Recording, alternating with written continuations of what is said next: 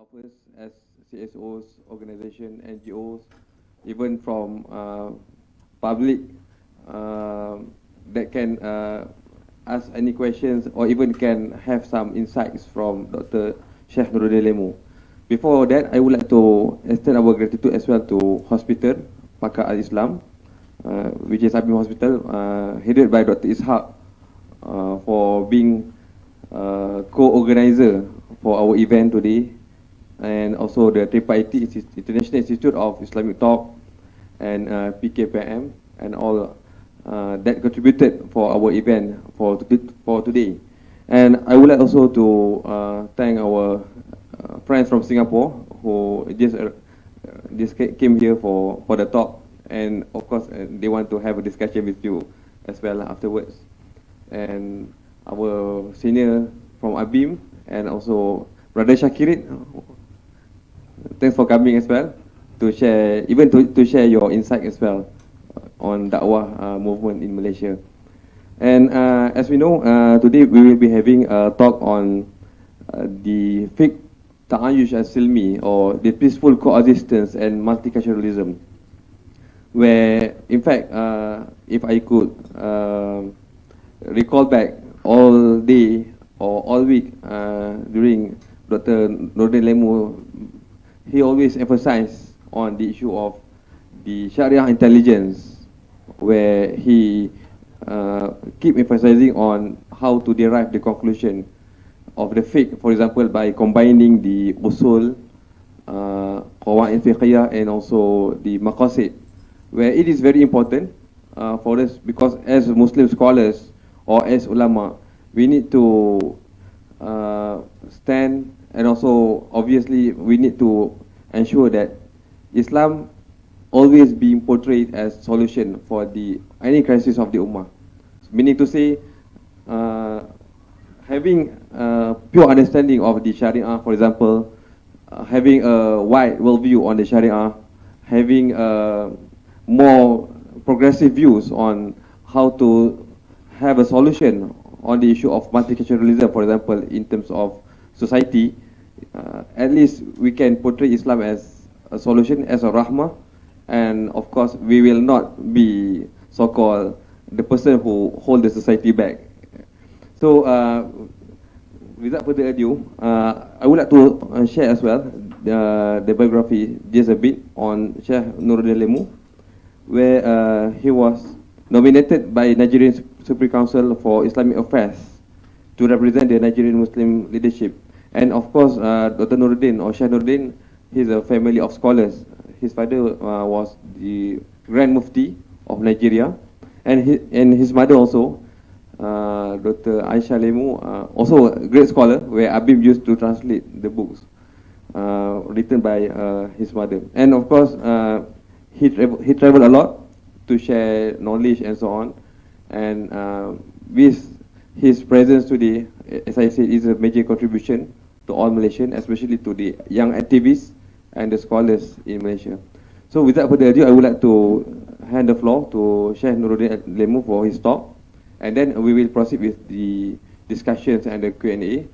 And after that, we will be serving lunch for all the participants, inshallah. Thank you very much. You can.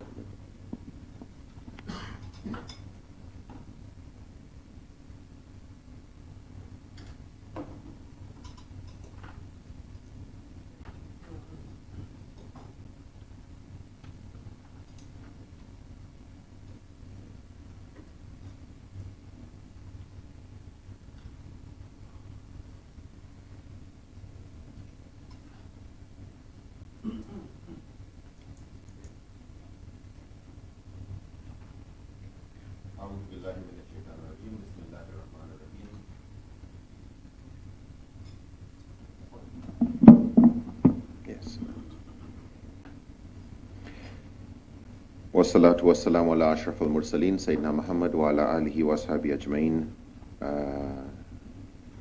Assalamu alaikum wa rahmatullahi wa barakatuh. Thank you for this opportunity. Thank the organizers and for all of you for having the time to, I hope, share It's an opportunity also for me to understand better the context of Malaysia. Very often when one comes to a country, things usually look clearer from a distance. You just, okay, what's the percent of Muslims? And you jump to a lot of conclusions. As you get closer to the scene, things that were green start to have various shades. Things that were initially black and white from a distance had more shades of gray in between. And I hope that this discussion will contribute to a more peaceful Malaysia, a more peaceful world, especially in a context where I think we see everywhere temperatures rising. Some rise to a terrible degree. Nigeria, we've experienced a lot of violence. And when you actually ask what exactly is the fighting over, why did so many people have to get killed, what was the objective that justified that, it's difficult to put your finger on something. We've had, of course, our worst disaster has been from violent extremism, especially that of Boko Haram. What we have tried to do is to try and learn as many lessons as possible, both for ourselves to ensure we don't have a repeat of Boko Haram, but to share those lessons with others so that that type of tragedy doesn't recur anywhere else, and that we learn from lessons of other parts of the globe. And this is something that the Quran encourages us to do, siru fil ard, to travel for various reasons, to see how Allah created, to see what happened to other civilizations, to learn history for our own benefit. The topic, which is looking at peaceful coexistence and multiculturalism, I'd like to start by saying peace is not just the absence of violence, but an environment that allows harmony to be built, allows people to get happier, allows people to realize the good objectives of Islam, or what are called the maqasid of Sharia. The maqasid of Sharia, literally the objectives or the purposes or the higher intents, the objectives, goals of the Islamic way of life, according to scholars such as Ibn Taymiyyah, Imam al-Shatibi, are not the objectives of Islam as brought by the Prophet Muhammad sallallahu alaihi wasallam only. The maqasid of Sharia, when we talk about Islam, we are talking about the way of life of submission to the will of Allah. This is the way of life of the prophets, Muhammad, peace be upon him, being only the last. And so when we look at the teachings of other religions, we call them other religions, such as Judaism, Christianity. Thank you. When we look at these other faiths, we realize, according to these scholars, that we all have similar objectives. We may have different laws for achieving those objectives, but just as we are interested in what is called hifdhuddin, the preservation of faith, they are also interested in the preservation of faith. And just as we are interested in hifzun nafs, the preservation of life, they are also interested in the preservation of life and the preservation of the intellect. We may differ on how we go about preserving and enhancing the human intellect. We may differ on what education is necessary. We may differ on how we classify knowledge, but everybody recognizes learning as essential to the growth of the human intellect. But the more knowledgeable you become, the more responsible you become. And that a child or a person with no knowledge actually has a very low chance of survival on their own. This is becoming a much clearer reality as we move into what some would call a digital or knowledge age, where knowledge is actually more valuable than money. You know, so there's an interesting book, The Richest Man in Babylon, actually by Charles Classon.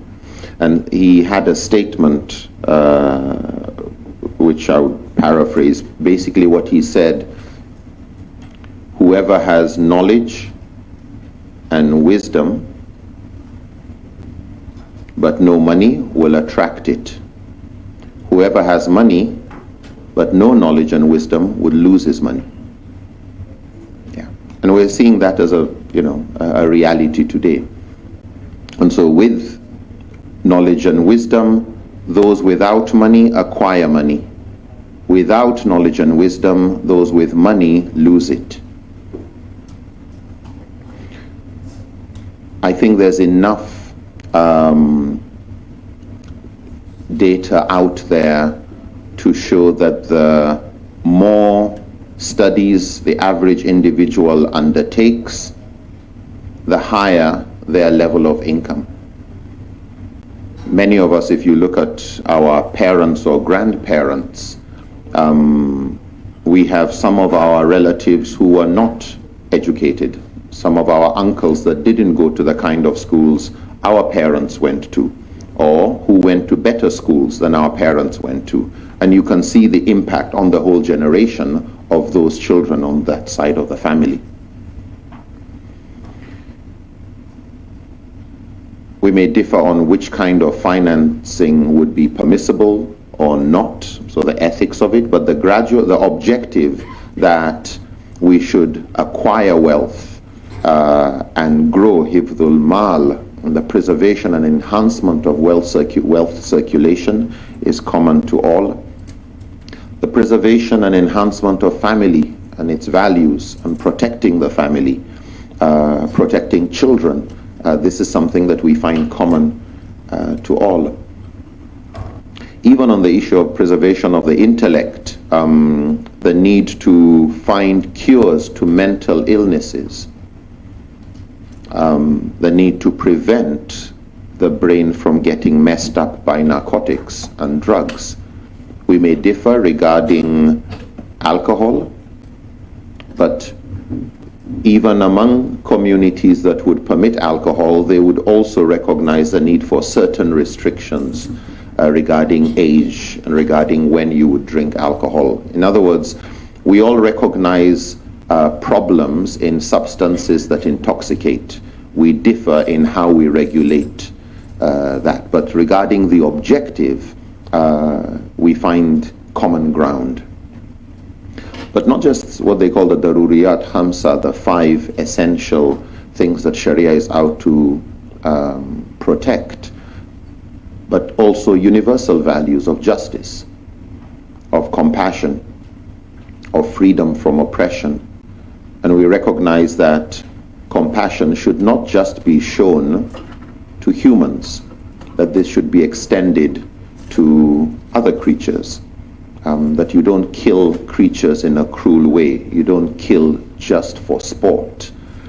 You don't even injure or torture other animals. But also we find teachings, some more direct than others, across the various faiths on the importance of protecting the environment. Trees, forests, rivers, and there's heaps. I mean, this is not the time to talk on that, but one thing you find common in many of the religions, even in Hinduism, the story of Manu, as he's called in Hinduism, or what in Christianity and Judaism and Islam we call Nuh or Noah, a prophet who was asked by God when he couldn't save his people to save other creatures when an environmental catastrophe like a flood was coming. So we see God's concern for other creatures, not just human beings. We see in the hadith people going to paradise and being forgiven their sins because of how they treated a cat or a dog or an ant, you know. Reward for bringing benefit to any creature. And so the Prophet Muhammad, peace be upon him, tells us that if any creature benefits, eats from something you planted, it is counted as charity for you. So just planting a tree that brings benefit to a worm because the leaves fall, or a bird gets to rest on the branch of a tree you planted, or eats from it, is an act of charity. And so for some scholars, a major sadaqatun jariyah may not be a big issue for you guys here. You probably got more trees than you need.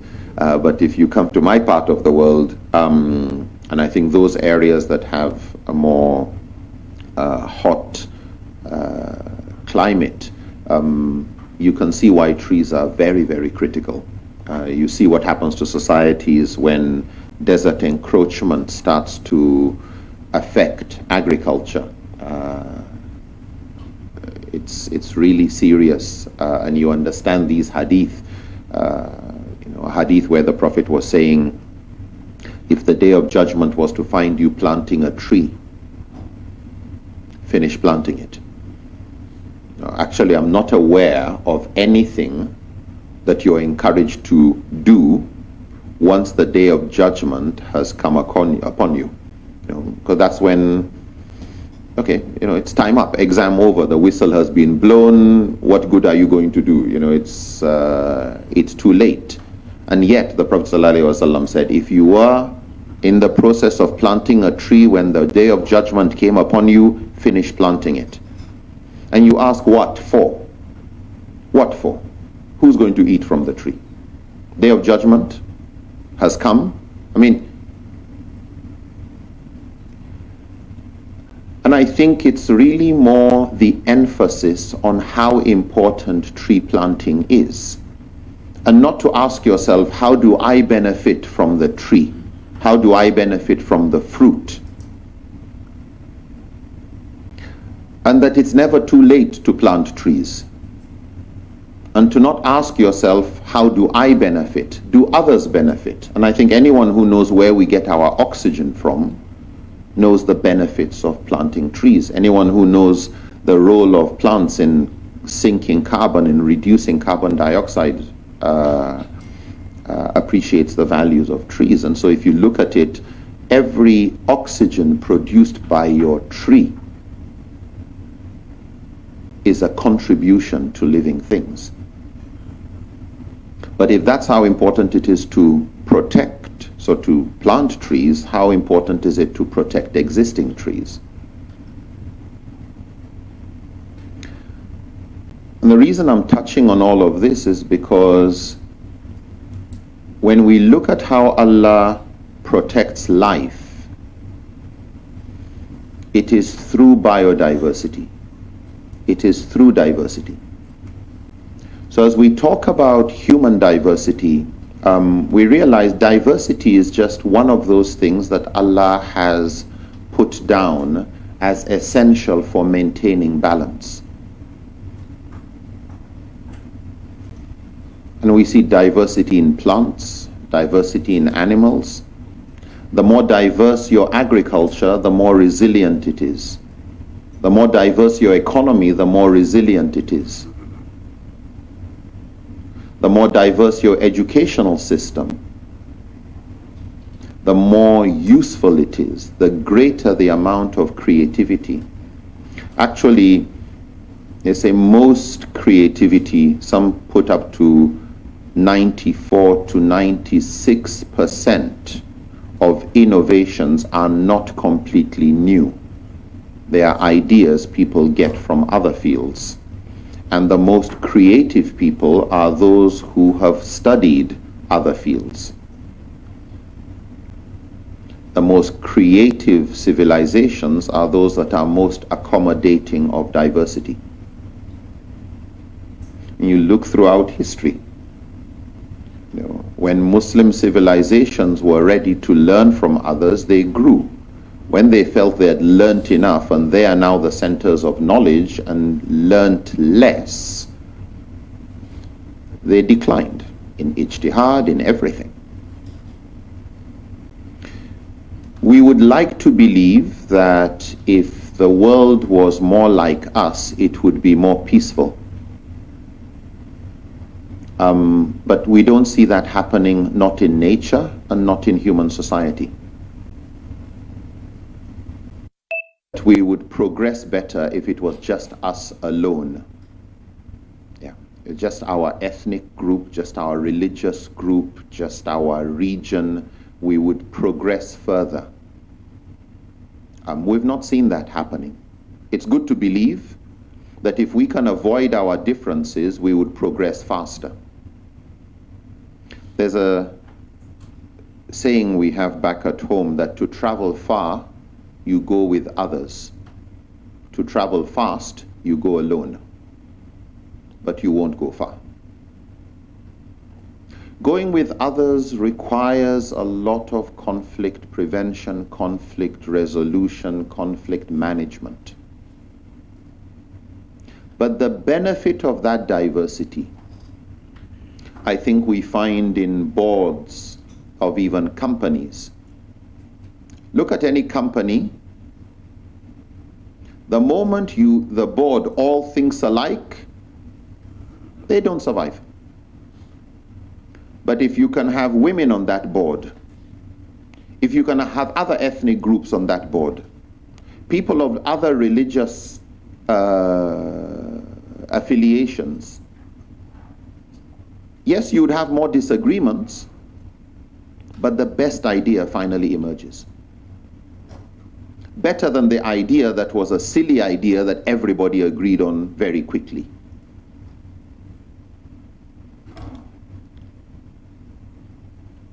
I mean, think of a family. Would you like it if your husband or your wife just agreed with you on everything for the sake of peace? Would that help? Anything you say, oh, must be a good idea, so yes, yes. You know, you stop even thinking of whether it's sensible or not. Why? Somebody said, yes, it's a good idea. But the moment you know you're going to suggest a new discipline system for your children, and you know this is going to lead to a dialogue, maybe debate between you and your wife, you give it more thought even before you open your mouth. The diversity, and not just diversity, but diversity that is powerful. If you get the wife that the moment you start raising your voice, she shuts down and okay, no problem, no problem. How far do you think you would go? Would your children really benefit from a wife that says yes the moment the temperature starts to rise?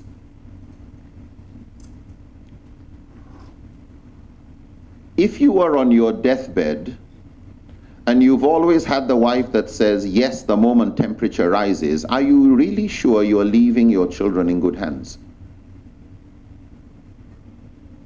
Or would you be more comfortable if, whether it's your wife or your husband, you know this is a person of strong character? If they disagree, they make their point known. They know when to step down, as you should know when to step down, but not the moment things are just 20 degrees centigrade, okay, that is too hot, let things come down. We would like to believe that if the world was all one religion, it would be a more peaceful world. It would be good to believe that, but let's look at the statistics. Has that really been the case? If you ask Christians, they would tell you they had what they call the church wars. Millions of, actually more Christians killed by Christians than by any other group. More Muslims killed by Muslims than by any other group. More Westerners killed by Westerners than by any other group. World wars. More Africans killed by Africans than by any other group. I'm not saying we haven't had interracial wars, interreligious wars. We've had all of that. But when we look at the damage we do to ourselves,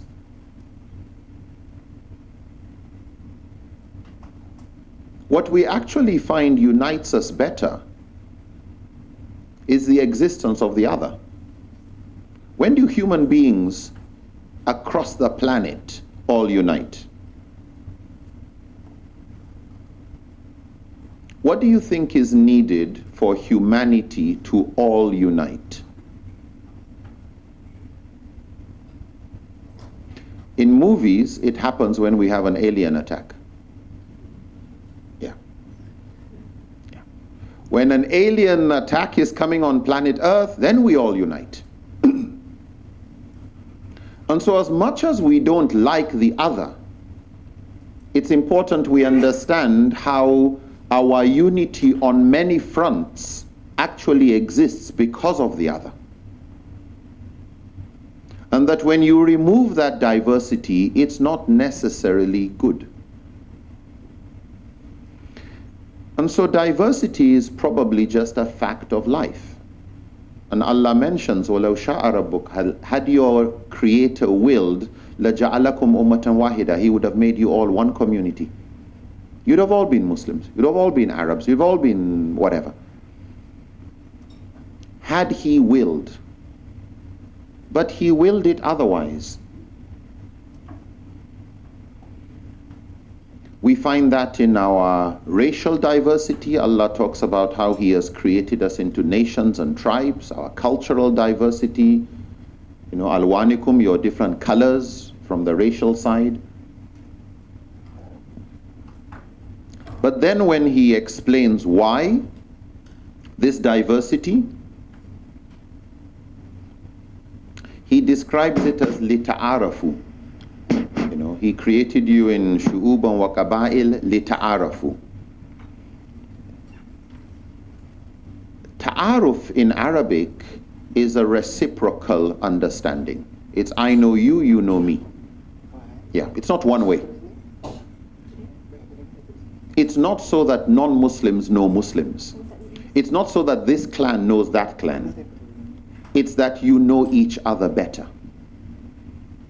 And what we find is the greatest creativity in problem solving on this earth, whatever that problem is, health problem, environmental problem, crime problem, the greatest innovation and creativity, growth in the ability to solve problems comes with greater ta'arafu. If you are humble and ready to be curious, sincerely wanting to understand the other better, you actually get to understand what you are doing wrong better. Once you see how others are able to solve their own challenges or face their own challenges, you get better ideas of how to do it. And they benefit. Getting to know each other removes the fear of the unknown, reduces stereotypes, wrong assumptions, and facilitates greater ta'aruf, greater mutual understanding. Understanding doesn't mean you agree. Understanding just means I understand better where you are coming from. But you also understand, and we all know that societies change in ways that are new to us but not new to others. Societies change, and every society continues to change, faces new experiences, but if you learn about others, you find others having solved problems you have never faced before. During the life of the Prophet Muhammad, peace be upon him, they faced a very new situation after the Battle of Uhud, during the Battle of the Trench, Khandaq. This is desert environment. A huge army of nearly 20,000 are coming to Medina that just has about 3,000 fighting men. How do you fight against them? You don't have a superior fighting force. You don't have some superior weapons. So what do you do against an army that is even just 5 or 10,000?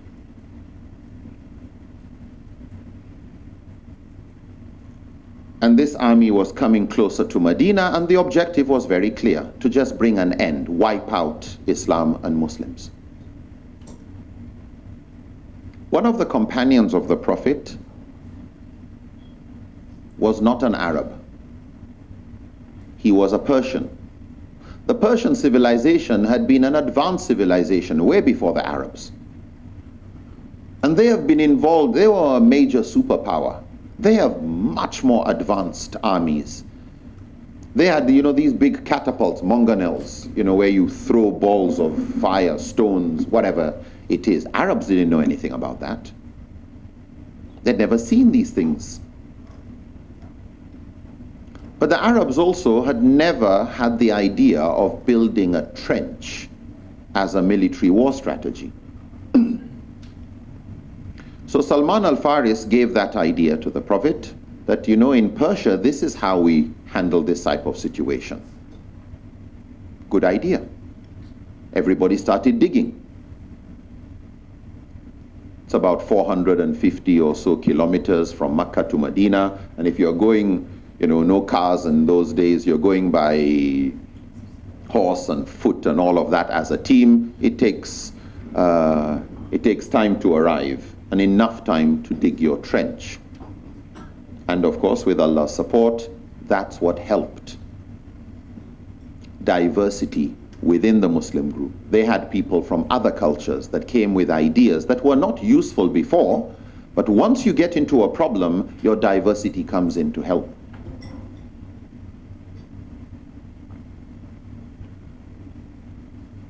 And we find a number of ideas. The Prophet didn't stop and say, wait a minute, this idea comes from the kuffar.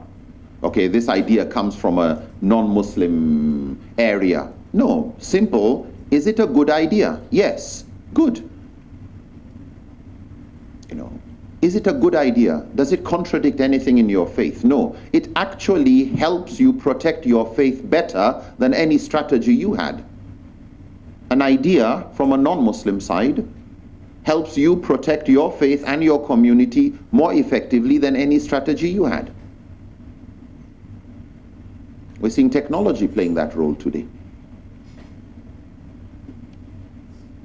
So diversity, I think when we come to deal with it, let's be very careful about looking at it as a problem. It is a challenge to manage. To travel far, you go with others, is a challenge. Fast, go alone, but you won't go far. So how do you go as fast as you can with others? So how do you go far? Fast. That's our biggest challenge. As a little group, we are easy to get onto the same page. As a more diverse group, it takes more time. But the best answer usually comes at the end of it. It's an answer we are all united on, even if it's not the ideal. But it's better than just one-sided assessment. So the point I'm just trying to make with all this is just establish diversity as a fact of life that Allah has put as necessity. Let's look within Islam. And just so as not to take too much time, we look within the Sunni schools of thought. Maliki, Shafi, Hanafi, Hanbali. Leave others there, Zahiri and a couple of others, but Jariri madhabs that mostly are extinct, except within some academic circles. But let's look at the main madhabs, schools of thought. The Shafi, Maliki, Hanafi, Hanbali. Would the Muslim world be better if we only had one of them? Which one should we have had? Shafi? Where would we be in Islamic finance with just Shafi madhab? Nowhere. Yeah. Nearly 90% of Islamic financial thinking is Hanafi. And so even in the Maliki part of the world where I come from, on Islamic finance, we are Hanafi. Where would we have been when it comes to Islamic insurance if we didn't have Maliki, Takaful? And so what we find the scholars recognizing and realizing is the importance of what is called talfiq, where your madhab can't solve a particular problem, but another madhab is able to solve that problem. Okay? Your madhab can't realize the maqasid of Sharia in this new context, but another madhab can. And we borrow from those madhabs. So when we have divorce laws, where women can hardly ever get a divorce, you can borrow from the Hanbali school, where if that is put as part of the contract, then it's acceptable. Fine. You borrow from another madhab. Or when we start having, we realize that's not good enough. The way the husband says, yes, I do agree to get married, and the wife says, I do agree to get married. If one later has a reason, I don't want to have that relationship and I don't have it as part of my marriage contract, just as you, the husband, has the freedom to say, I don't want this marriage for whatever reason, the wife should be able to have the same right. That's the Maliki position. And so you find more egalitarian laws in one madhab on some issues, less in others, and when it's becoming clear we're having problems in legal reform and how do we move forward, you have this big basket of ideas of, you don't need to crack your head too much. No, other scholars have held these opinions for over 1,000 years. There's nothing new, nothing contemporary. It's good to revive ijtihad, but sometimes you don't need new ijtihad. It's already been done. It's already in another school's toolbox. So it's like you as a carpenter or a mechanic, trying to repair or undo a particular nut or screw, and you're finding it difficult. Why? Because you only have about 5 sizes of spanners. But in another madhab, they have an adjustable spanner. Yeah. They have one that can solve your problem. It solved their problem.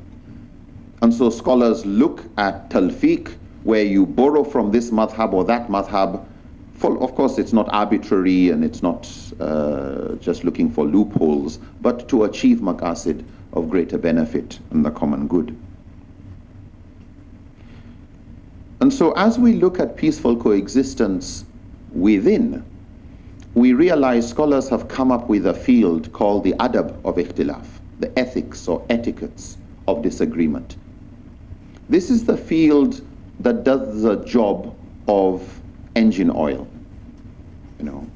It's like lubricants. What do lubricants do in an engine? Sorry? Good. Smoothens the friction, reduces friction. If you had no oil, what would happen to your engine?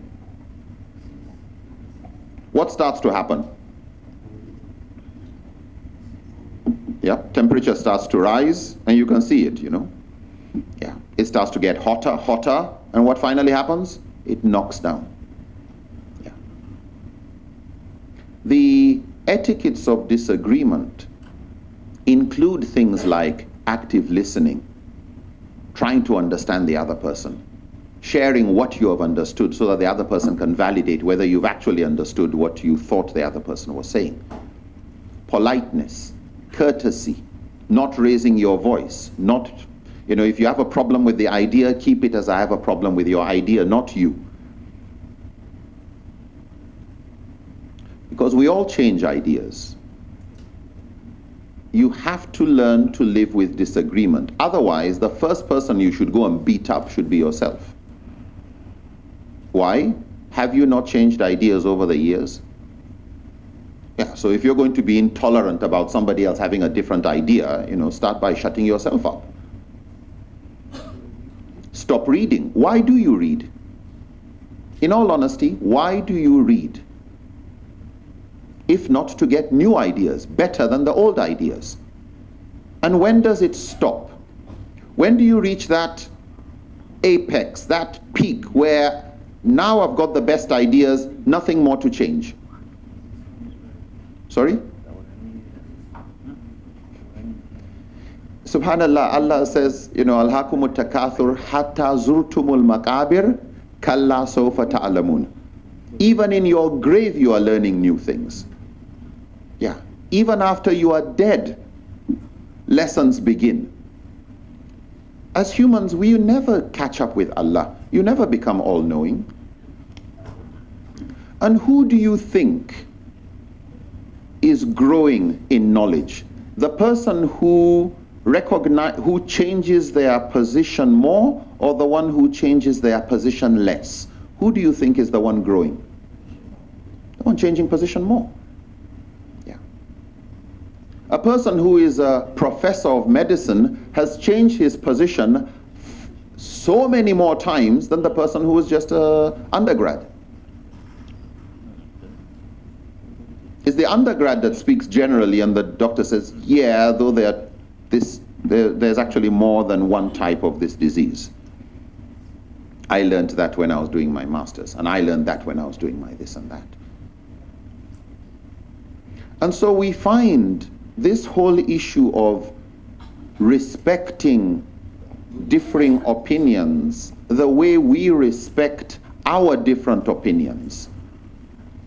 If you are to love for your brother what you love for yourself, and you will accommodate as positive the fact that you change, then what's the problem with others? And what do you think is the shortcut to change, other than learning from other people and their mistakes? I mean, what's a faster way of learning than like you want to wait and make your mistakes all by yourself? And so when Allah says, Allama bil qalam, allama al insana ma lam ya'lam, God taught humanity, God taught mankind by the pen, taught man what he knew not. That's how civilizations grow. We learn where we were wrong from others. We learn mistakes we shouldn't repeat from others.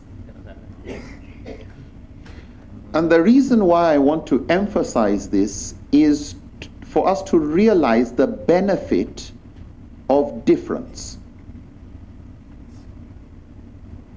The benefit of difference. If you join a group of professionals from your background, and you're going to spend 3 days in a seminar, and at the end of 3 days, somebody asked, what did you learn new? And you said, honestly, nothing. Would you attend? Would you consider it worth it? No. What attracts us? Why is curiosity such a positive thing? Because it creates a vacuum in you that seeks more knowledge. That's where you get to grow. And while we may argue on things, arguing is, where you are, somebody brings a diamond, and it's argument that polishes the diamond. Finally you both actually understand the topic a little better, where you were both wrong, or where you were wrong, or maybe even where you were right. Again, diversity is challenging, diversity of ideas, diversity of cultures, diversity of religion. And I'd like to say a word on diversity of religion and a religious environment. if you were going to organize a program for young Malays,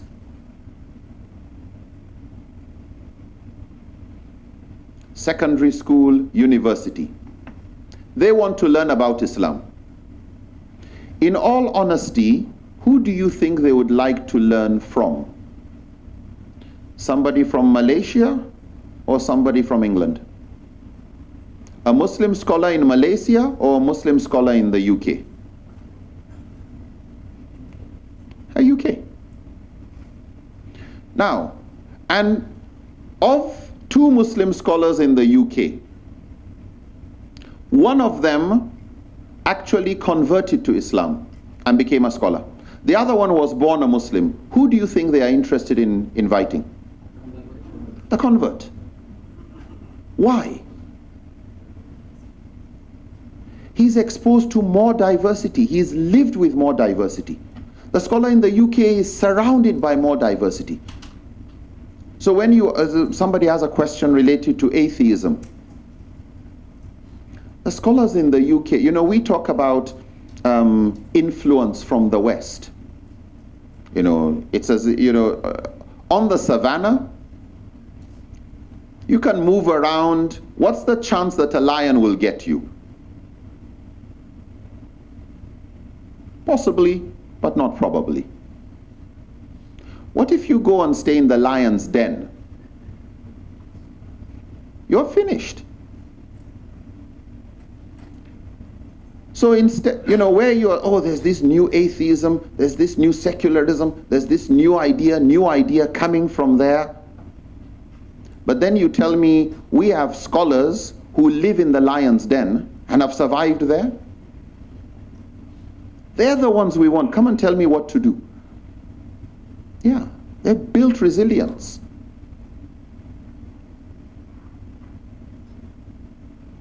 Nobody enjoys the lion's den, but that's where the best ideas work. That's the testing ground. When fishermen go out to sea and catch tuna, and they're going to be out for a long time, some of these big boats have aquariums inside the ship. And when they catch the tuna, they put these things in because the Japanese like their sushi really fresh meat. When you put the tuna in, before it used to just be frozen.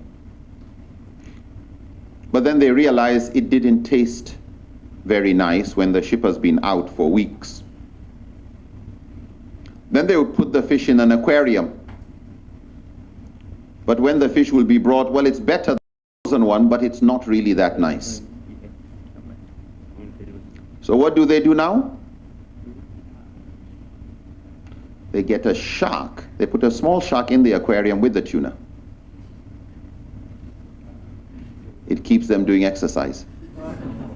And you get the best meat. We don't like diversity. We don't like to have to respond to arguments, etc. But that's where your answers get polished. Diversity is a challenge. Political diversity is a challenge. Economic diversity, cultural diversity, legal diversity is a challenge. But if you can live with it, you get greater resilience when compared to anyone else, any other community. Be very careful about killing diversity. Be very, very careful about that. You know what happens when lions decide to kill all the other animals? We've watched The Lion King. Okay? I'm sure everybody has, I hope. Mufasa kept the balance. When Mufasa died and Scar took over with the hyenas, they didn't just kill when they were hungry, they started killing for sport. And they killed the antelopes, killed the wildebeest, killed whatever they could. and these animals all this gradually moved away, died away, etc. Then what started to happen? The hyenas are now getting hungry and there's no food. You have upset the balance. And the same thing in nature. You know, they look at these apex predators like lions and jaguars, etc. You find people spending a lot of money to protect wolves in Yellowstone Park. Why do you want to protect wolves? They eat. You know, you want to protect the diversity, so why not just remove the wolves and everything would be fine? But they realize that the wolves, the lions, the pumas and panthers and jaguars, depending on which part of the world, the tigers, these are so critical for the survival of everything. What happens when you don't have these apex predators?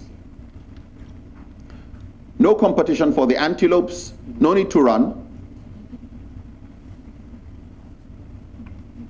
They have more, they give birth, their population continues to increase.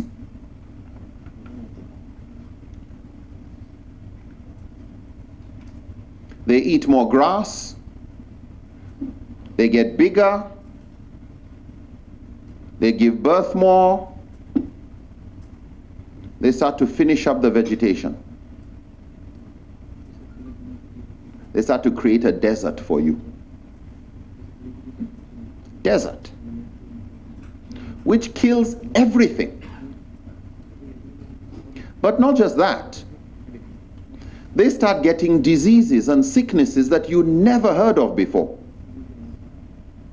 When the lion or the wolf was around and an animal starts getting sick, it gets eaten. That's the doctor. You know, just removes it and disease doesn't get to go anywhere.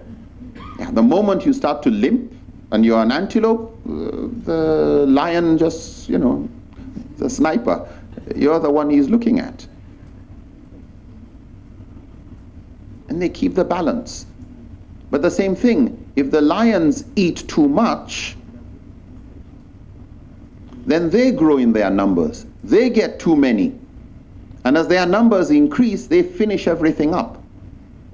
But the way the balance works is as the lions start to finish the antelopes, and the antelopes are just a few, the grass starts to protect the antelopes.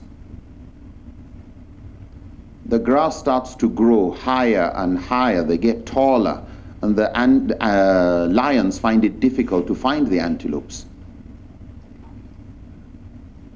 And then they start to starve, they start to get sick. They injure each other. A little injury, now the lion can't run fast. And the only surviving antelopes are the fittest. And nobody there to eat the grass, so more hiding for the antelopes. And gradually their numbers increase until you finally get a balance. Diversity is critical for our survival. Diversity in our culture, shu'uban wa qabail, in every sense. And so we see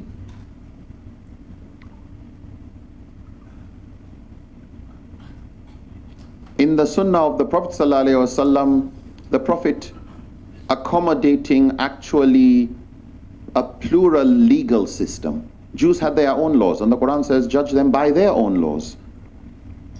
No. Christians had their own laws. Christians wanted to continue dealing with alcohol, no problem. Lakum dinukum waliya din. Zoroastrians. In Zoroastrian law, you are allowed to marry your niece or auntie. That's not acceptable in Islam. And Umar bin Abdulaziz, when he heard that, was saying that's haram, we are not going to allow it.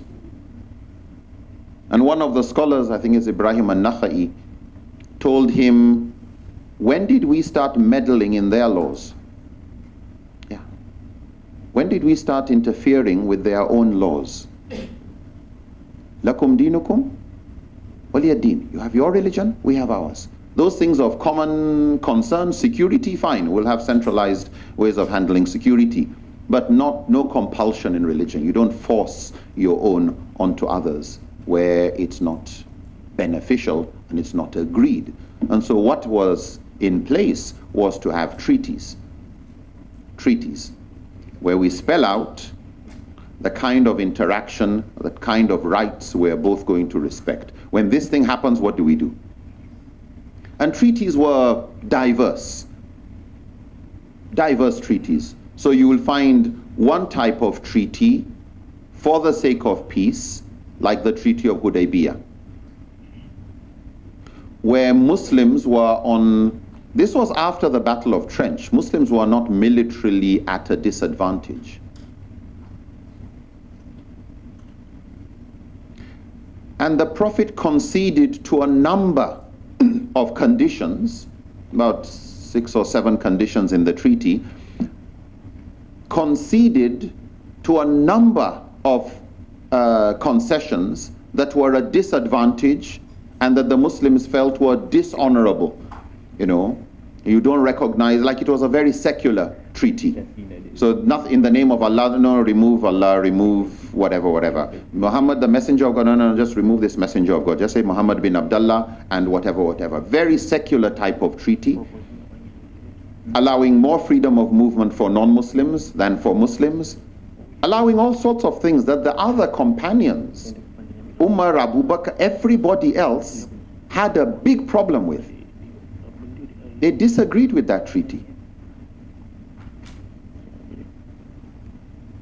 And the Prophet Muhammad, peace be upon him, was actually worried. The Quran describes that treaty as a victory. But the immediate response was, we are not weak. Why do we need to concede on this just for the sake of peace? But that's where we realize for the sake of peace is not a just.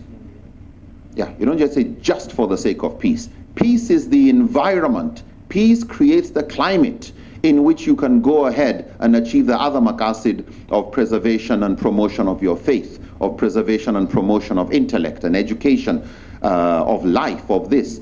Peace is not just peace. Peace is critical if diversity is to be managed, if we're to get the benefits of diversity. Otherwise, in the absence of peace, the worst part of diversity comes up.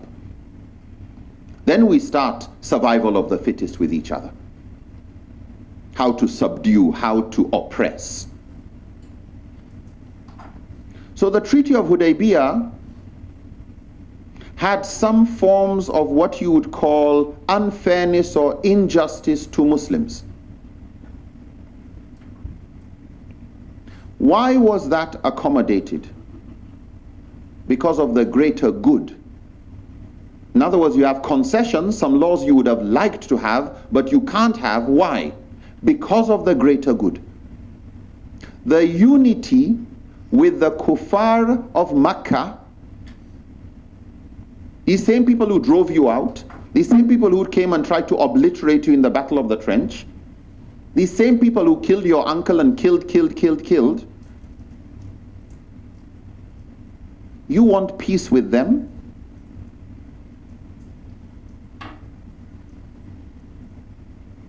But what does peace provide? Yes, you have to tread on your ego. You know, especially you are powerful and you concede. And the Sahaba, even Ali, cousin of the Prophet, who was the one who was writing the terms of the treaty, when the negotiator Suhail on, what's his name? Suhail, right? The non-Muslim negotiator on the side of Makkah. When he said, so remove Muhammad Rasulullah. So just remove that Rasulullah. And the Prophet told Ali, remove it. Ali said, you know, just with all due respect, not with my hand will I counsel Rasulullah. Not with my hand. He felt so hurt that the Prophet would even say, do it. And he said, sorry, I can't. Prophet said, give me the pen. Where is Rasulullah? They said, these two words. So he put a line through it. All right, here's the pen. Carry on writing. Ibn Abdullah. Yes, it is humiliating to concede on some laws you want for the sake of peace. But ask any scholar, according to the Sahaba, after that peace treaty and an environment of peace had come, Islam spread faster than it had, like in just those 2 years, Islam spread faster than it had the 16 years before that time. What did the Prophet do during the Treaty of Hudaybiyah? That was the period that had more treaties than any other period. Treaties, peace treaties, with all sorts of concessions. Peace treaty with this, peace treaty with that. Earlier on, there was the peace treaty with the diversity of tribes and religions in Medina. And it was mainly Jewish tribes, which were clans. And there we see something very close to what today we call citizenship. Because the Jews of Medina did not pay jizya. Jizya was the military exemption tax. Jizya was the military exemption tax. If you were going to join the military and also fight with the Muslims, you didn't pay jizya. If you're not even qualified to join the military, like women or clergy, you didn't pay jizya. If you join the military, no jizya. But if you're not going to join the military, then you should pay some tax to support. So it's your military exemption tax. Why? Because they were expected to also defend the city. Yeah. And here I want to touch on the difference between, I'm not comfortable with the words being treated as if they are opposite. But just because of how we usually use the word da'wah, we usually use da'wah to mean propagating Islam, sharing understanding about Islam, enlightenment. And so if we stay with that meaning, I would like to use another word, sulh, for bridge building. Sulh was alliance building, treaties like the Sulh Hudaybiyah, or the Sulh that was called the Sahifa of Medina, the agreement within the various diversity of Medina. So you had all these treaties that spelled out how we were going to live peacefully. The objective was we live peacefully. The objective was we satisfy each other as much as possible. We want a win-win. But sometimes you had to concede. But because peace was the greater good, it prevented tension. It actually allowed us to, create a better environment for living with each other.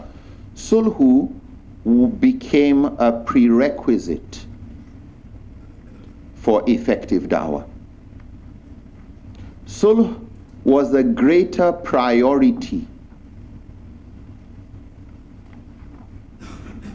when it came to effectiveness of da'wah.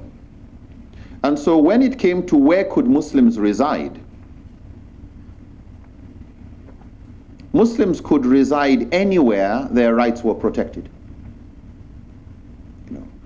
At the time of the Prophet, at the time of the Sahaba, it wasn't that, this is Islamic State, this is non-Islamic State. No, some of these kind of definitions came later by jurists. At the time of the Prophet Muhammad, peace be upon him, he sent the first group of Muslims to Abyssinia under Christian rule. Why did he send Muslims to live in a Christian kingdom? And he gave his reason. He said because he is a just king.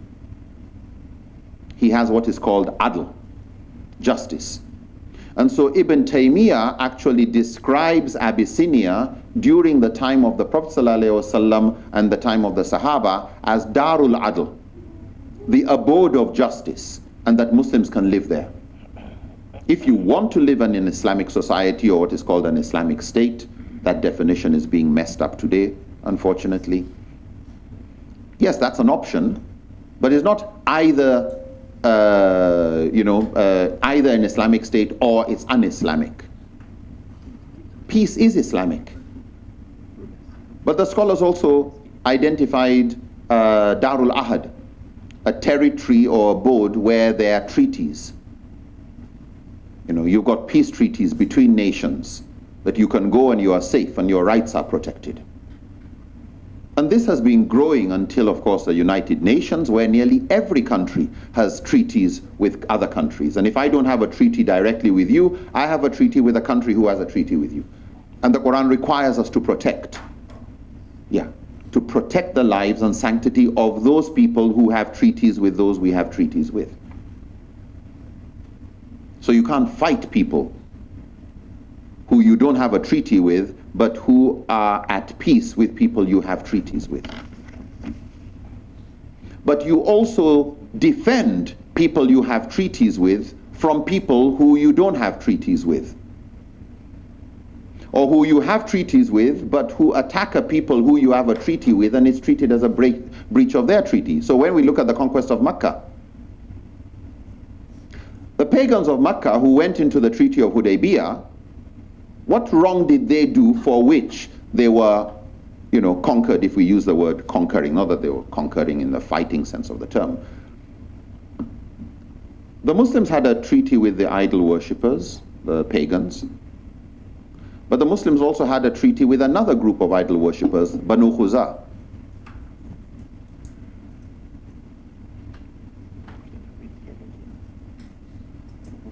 The polytheists of Mecca attacked Banu Khuza.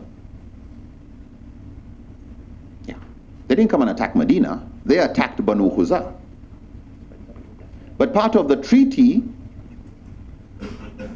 that everybody understands is you don't attack people I have a treaty with. Everybody knows that. Let's talk about what to do with this, but don't just go and attack. Otherwise, you've broken our treaty. Why? Because my treaty with these people is we defend them. It was their own united tribes. And so since you have attacked them unjustly, my treaty with them requires that we will all gather and attack you. One for all and all for one. The Three Musketeers. That was a known policy. So treaties were respected. And it's not as simple as, oh, I have a problem with you, I just fight you. No. You have to look at who is connected with who in what way.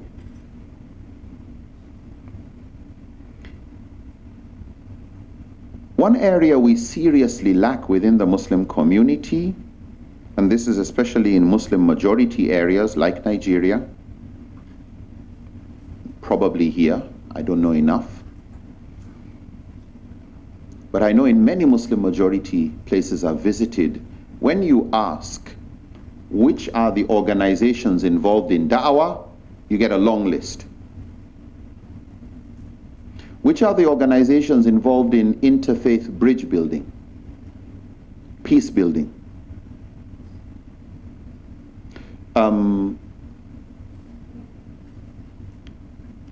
Someone from the southern part of Nigeria, which is more Christian dominated, called me and said we have a problem, because I'm very active in interfaith bridge building, and I do a lot of training for imams, preparing them for interfaith bridge building, because sometimes we have our own obstacles. We don't want bridge being built. We don't want bridges being built. We have a lot of bridge burners within the Muslim community. To be honest also, Christians say they have a lot of bridge burners too. So what we usually do is we have a curriculum we train imams in. They have a curriculum they train the reverend fathers and pastors in. And then somewhere within the modules, we then meet together and have combined training programs, interreligious dialogue, harmony building before we start addressing issues, or you build trust, build relationship, and then we start addressing issue one by one. Someone called me and said a matron in a hospital, top nurse, was persecuting a Muslim nurse who wanted to wear more hijab like nurse uniform.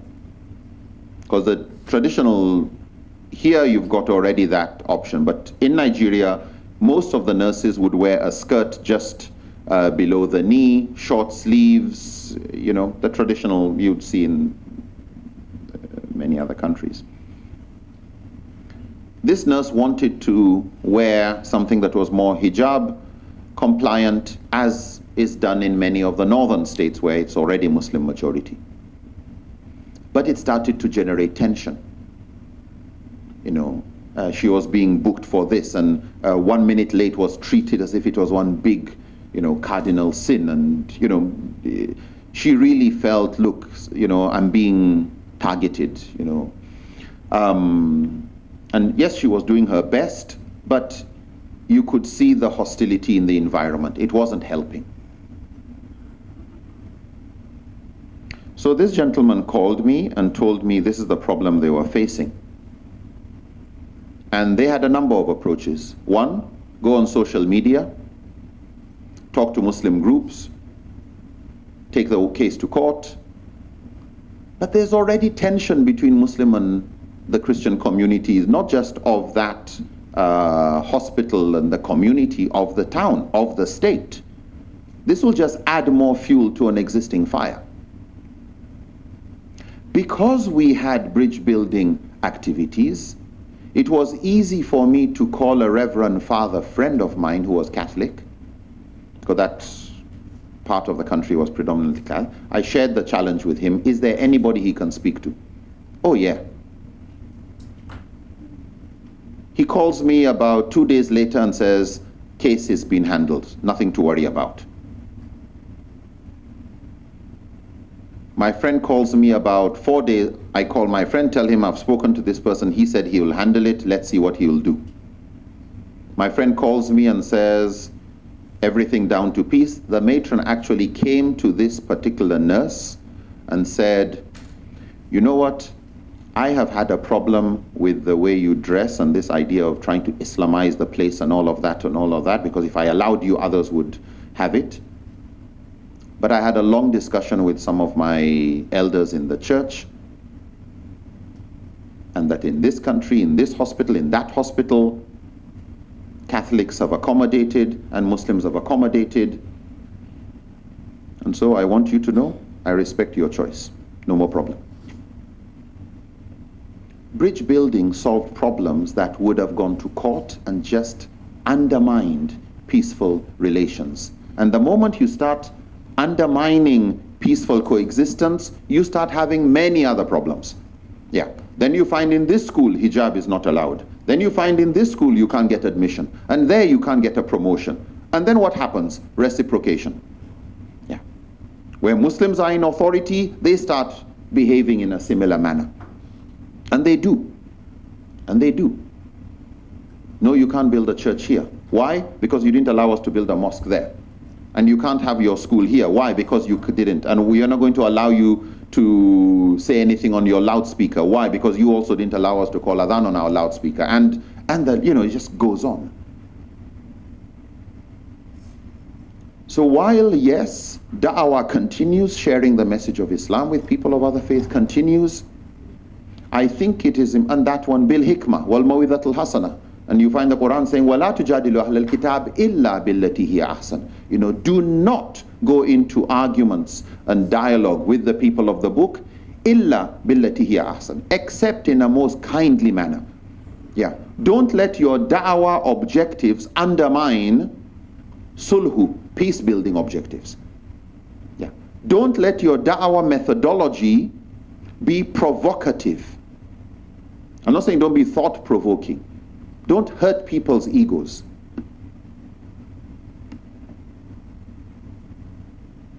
Umar bin Khattab,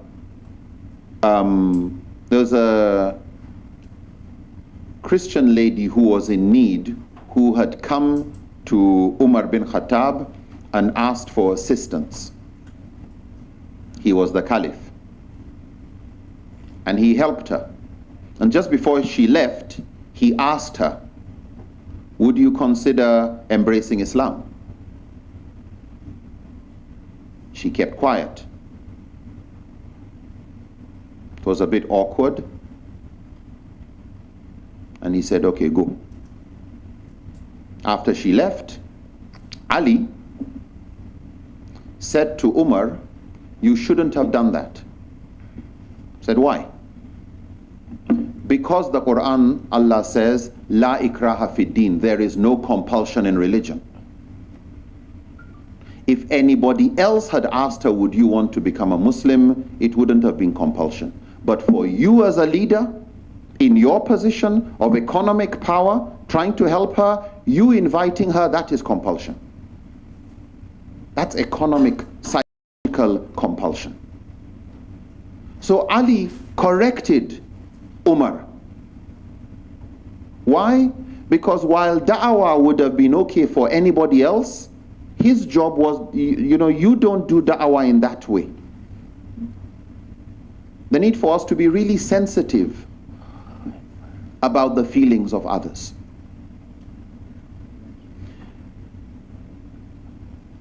In Islamic jurisprudence, just to know, how many minutes do I have? Good. In Islamic jurisprudence, you have a big array, big diversity of positions held by Muslim scholars. Some that are bridge building ideas, some are bridge burning ideas. Some of the approaches that Muslim scholars or positions that Muslim scholars have held were prepared in the context of having been conquered and dominated by the Crusades or the Mongols, or various experiences that these scholars have been exposed to. And so you can see the fatwa of a scholar, but unfortunately, all you hear is Ibn Taymiyyah said, without the footnote. Ibn Taymiyyah in this context said, and for the following reasons. And so it is important to be very careful about picking fatwas from positions in history and taking it that because there's a great scholar behind that fatwa, that applies to your context. Yeah. All scholars of all schools have a maxim they respect. They say, La yunkar, there is no denying. Tagayyir al-fatwa bi-tagayyir al-zaman. Or tagayyir al-fatwa bi-tagayyir al-ahwal. Or tagayyir al-fatwa bi-tagayyir al-makan. They say there is no denying that fatwas change and should change with the change in context, with a change in circumstance, with a change in location, with a change in times. And so I think as Shafi environment, we all know the position Shafi changed the moment he moved from the Iraq-Baghdad area to Egypt. The changes in fatwas between the time of the Prophet ﷺ and the time of Abu Bakr. And a lot of changes during the time of Umar. Why? Change in situation, change in context. Same location, same Medina, but change in tax policies. The Prophet ﷺ, it's a hadith in Sahih Muslim, do not collect taxes on horses. Straightforward. Umar institutes a law of collecting taxes on horses. Are you going to criticize Umar? He doesn't know what he's doing? Or did Umar understand? Head of state at the time of the Prophet, who was the Prophet, made a policy regarding tax relief. Things have changed, that tax relief is no more necessary. And a change in the laws. And there are so many of these, where before you get oppressed by the opinions of scholars of the past, learn their context and learn what was that fatwa established by, what evidence was used to establish that fatwa. And don't have loyalty to a particular scholar irrespective of what they say. No, your loyalty is to the Quran, the Sunnah, and the objectives in your context. That scholar was not in your context. You can't say Imam al-Nawawi or Ghazali or Maliki or this scholar said about this problem in Malaysia 2020, such and such. He wasn't here. When these scholars tried to solve problems, they went back to the Quran and Sunnah. They didn't go back and stop at a particular scholar. One of the challenges we have today is, instead of going back to the Quran and Sunnah and looking at our reality, we only go back to a particular scholar. We go back to a particular time. We never go back all the way. The way Allah says, وَإِن تَنَازَعْتُمْ فِي شَيْءٍ فَرَدُّوهُ إِلَى اللَّهِ فَرَدُّوهُ إِلَى اللَّهِ وَرَسُولِهِ. Take it back to the Quran. Take it back to what the Prophet ﷺ said, and look at your reality. Fiqh, Islamic jurisprudence, has usul, has roots, sources. Primary sources, secondary sources. Primary sources, basically Quran and Sunnah. Secondary sources have consensus or ijma, reasoning by analogy, qiyas, urf, custom, istihsan, equity or public, maslaha, public interest, istishab, the presumption of continuity, ra'yi of Sahaba, the opinion of a Sahaba that others don't conflict or disagree with, different usul of fiqh. None of those usul includes the opinion of a scholar. None includes the majority of scholars. There's no source of fiqh called the majority opinion says, therefore it is binding. We have ijma, which is consensus, which is complete consensus. The moment a scholar breaks away from the consensus, it's no more called consensus. Besides the fact that scholars have no consensus on the definition of ijma. Are we talking of consensus of Sahaba, or consensus of Mujtahid scholars, or consensus of all, or the consensus of all the school, or consensus of everybody at this time? But they agree that ijma of a later generation can override an earlier generation, especially in those issues that continue to change, urf and maslaha.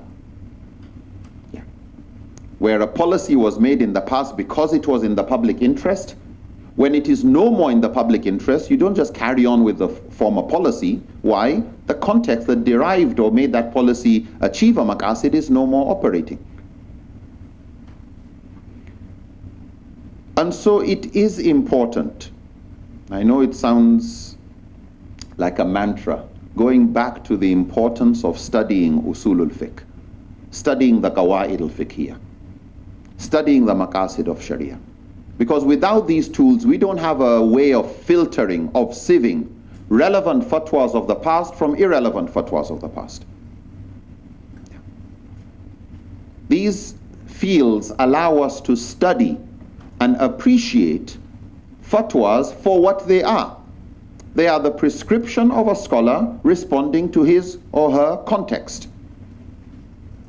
And they are not binding. That's why they are called fatwas. And that's why you have many muftis. Because you can have different fatwas for different contexts. And a mufti's fatwa has never been binding. And that is part of the fundamental difference between a mufti and a hakim or a qadi. A judge says something that is binding. Why? He's got the law behind him. A mufti, I hear you, fine, I go with somebody else. If it has not been put into law, it is not binding. But laws change. You can have legal reforms. So to conclude, I would say when it comes to managing our diversity, our multicultural reality as Allah has created us, while it can be frustrating, it can create friction, we need individuals and organizations in the community that focus on adding lubrication to those moving parts. Peace builders. We are concerned about Islamophobia. What we found in most countries, last month I was in Sri Lanka, where Islamophobia it's worse there, it's really, really bad. A bit better now, but when you ask what was the most helpful thing in calming down the Islamophobia,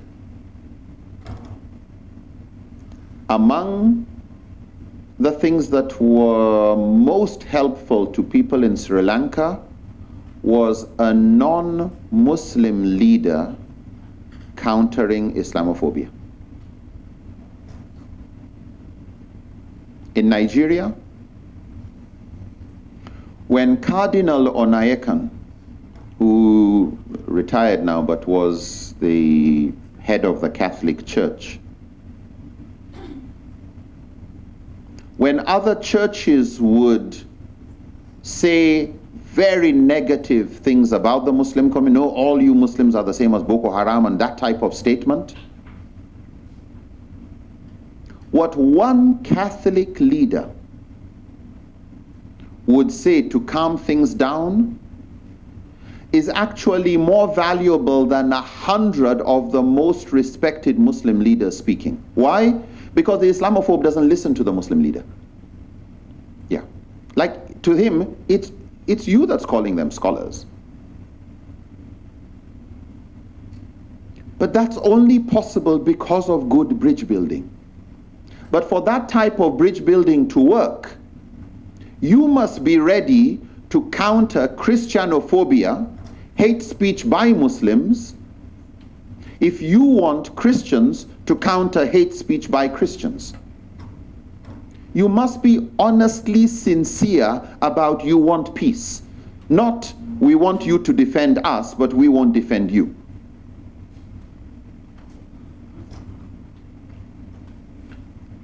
My last recommendation is to look at what you can do, not just as an organization, ABIM, in training more people in peace building, just so that even those who are involved in da'wah are sensitive to ensuring that their da'wah methodology does not go against sulh objectives, peace building objectives. To take training seriously. You're a youth organization. What is important about youth organizations? You provide the feed of the next generation of other organizations. I would suspect that a lot of the people who are now active leaders of many youth organizations at one time were with ABIM. And this is going to continue. That your influence in the universities, you have the potential to influence so many other organizations as they try to recruit more younger people who will take over. So you play a role that is very unique, with which many other organizations actually don't have the opportunity to.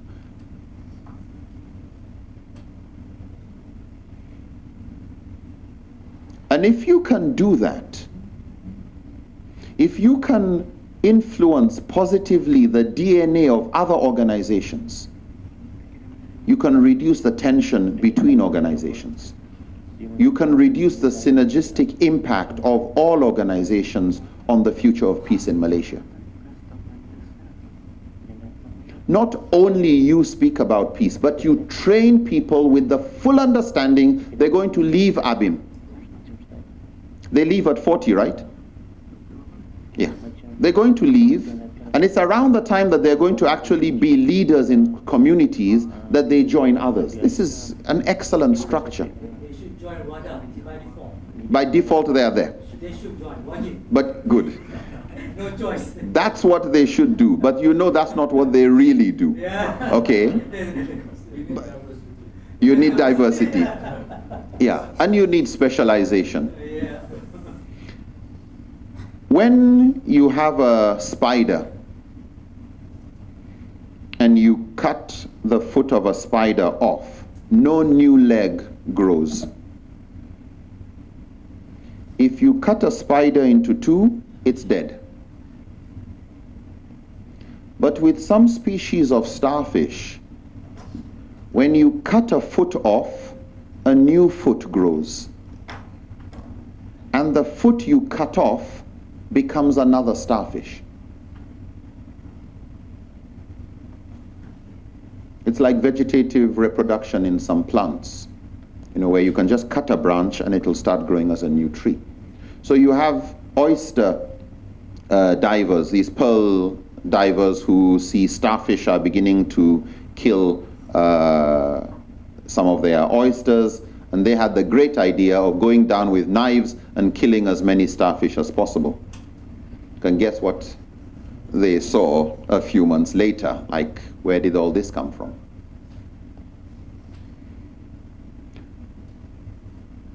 Can the way we operate as organizations be to produce more starfish and be less like a spider where we want to do everything, but to train enough trainers that people will go out, set up organizations, set up new NGOs. If they stay with you, good. If they move, good too. And if anything happens to the central organization because you had one particular leader that comes around in the next 10 years or whatever, you had a starfish structure. It didn't really matter. My hope in this presentation was really more food for thought about diversity, about the danger of a monoculture of thinking, about a monoculture of the mind, to appreciate why we also have diversity in Islamic history and Islamic thought, but why we should be more circumspect and more careful about picking opinions of the past and then implementing them in the present when you can clearly see this is not going to achieve a maqasid, an objective of peace building. Thank you very much for your attention. Jazakumullahu khairan. Assalamu alaikum wa rahmatullahi wa barakatuh. The history of Prophet, where Prophet used to borrow money from the Jewish. If we read the history, it is for us it was beyond comprehension. Why should Prophet Muhammad borrow money from the Jewish people? Because Prophet Muhammad he had Osman, millionaire, even Abdul Rahman bin Auf. So this is what we are talking to, the interaction, muamalah with the non-Muslim. It is important to have muamalah, interaction, so that we can know each other, we can understand each other, so we can provide solution when there is a crisis each other. And secondly, with regards to the importance of having peace, sulh. Yes, of course, it is paramount to say that whatever da'wah that we go through, it should not undermine the objective of having peace. And of course, the prerequisite of the da'wah is peace. When we are in a peace, of course, Islam will spread easily, because it is what we have our own conviction. Al-Quran is very, very strong. Nobody can rebut the Quran. So if we live in a peace, so people will accept Islam. Islam will spread easily, inshallah. And of course, this will come to our question. I mean, we can ask ourselves. So after listening to Sheikh Nuruddin Lemu, when there is a crisis, for example, racial crisis or religious tension in Malaysia, so we should ask ourselves, what will be our position? Are we trying to playing with the sentiments so that it will affect the national harmony, or we will try to solve the problem of having more dialogues so that the da'wah will spread, inshallah. So without further ado, I would like to open to the floor for the question, and then maybe I will collect 3 questions first, and then I will let Sheikh Nuruddin to answer. Tafadhal.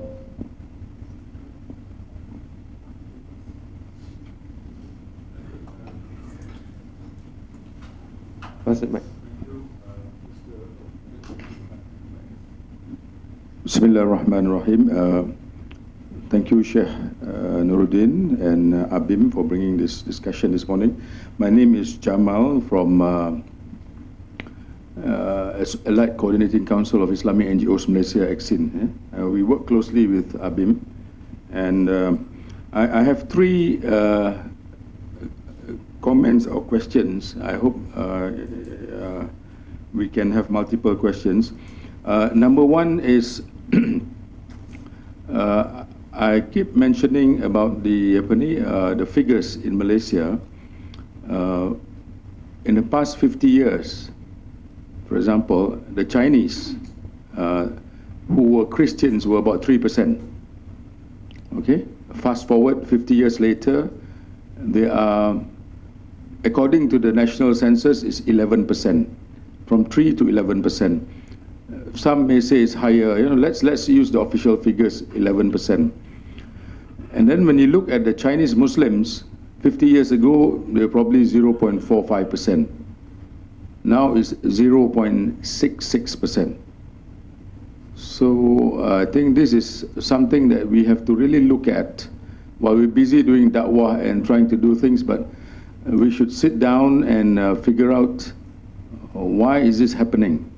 One is a geometrical increase. Ours is, I think, just a natural progression through marriage and so on. That is one. So we hope, I think even ACSIN, Yadim and a few others, I'm hoping that we can sit down and figure out the local issues. Yeah, it's not fair to ask you why the trend, but just if you have any observation on that issue, number one. Number two, I was very interested about, I don't know whether it's relevant now, but since you spoke about the starfish, about having NGOs that are small and not well organized, weak management, has in incubators, use the word incubators, remember, in Sri Satra. This issue of, we use the word memperkasa kan, NGO is something that is not getting traction yet. You have some very good organizations, ABIM, IKRAM and all that are well organized, systematic. I would consider them to be starfish, but most of us are spiders. So a spider that doesn't stink. Yeah? How do you create this effective organizations, if there's some viewpoints from your and lastly, I think Christian Fiqh question, I still don't have the answer. Maybe some Shah dah ada. We are quite active in interfaith programs, and then one day in an interfaith program with the representatives of the Christian Church, Buddhist and all that, Sikh, Hindu, we had a conclusion that the only religion that allows consumption of a certain amount of alcohol is Christianity, because the rest is very clear. Hinduism, Buddhism, Islam is very clear, no intoxicants. What are your views, Sheikh, on that? Sekian, Assalamualaikum.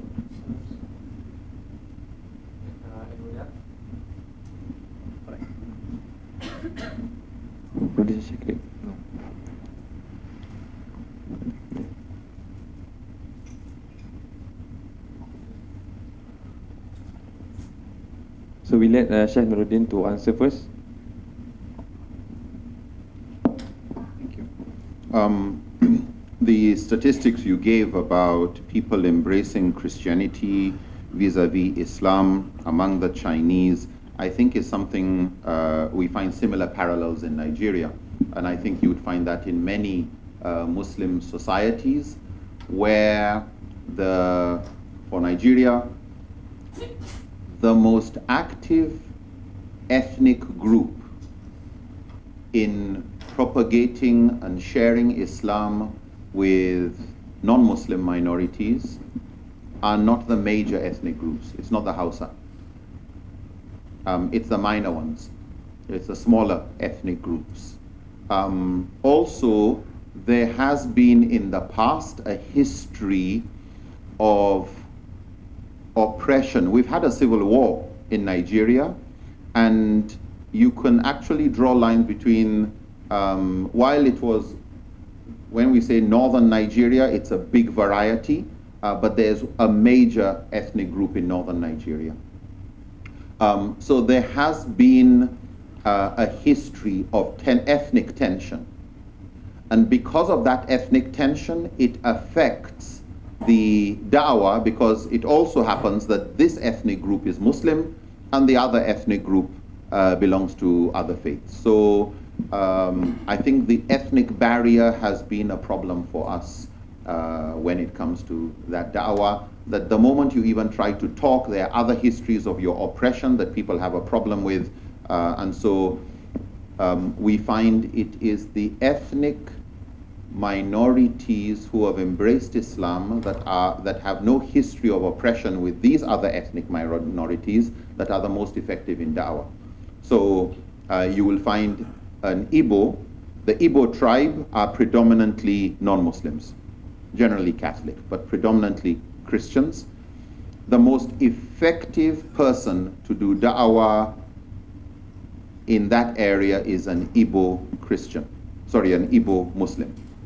Is far more effective than a Hausa Muslim in doing da'wah in Igbo area. But what's the problem? Hausa Muslims have very little respect for the scholarship of the Igbo Muslim.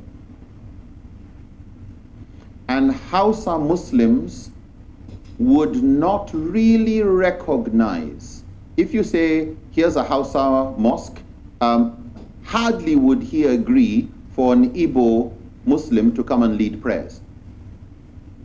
He would like the Igbo Muslim to start dressing like a Hausa. This kind of dressing is Hausa dressing.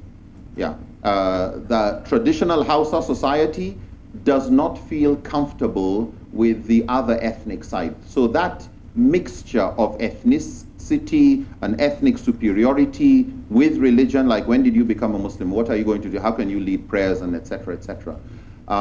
So we don't have enough appreciation of that within the Hausa community, unfortunately. And there isn't the understanding that the fact that Igbo became a Muslim, he knows what aspect of Islam is more relevant to fellow Igbos. He already has bridge building with his own community. He already has trust. He speaks the language. He is his own, he knows the best method of da'wah. He knows the best topics. He knows how to say it in a sensitive manner. He knows how to respond to what is cultural and what is religious. Those of us who come from the bigger tribes, I come from a Nupe tribe, which is also one of the bigger tribes, we are less sensitive. We don't appreciate that they know something in da'wah that we don't know. Yeah, we are the ones who grew with Islam. We know everything and all of that.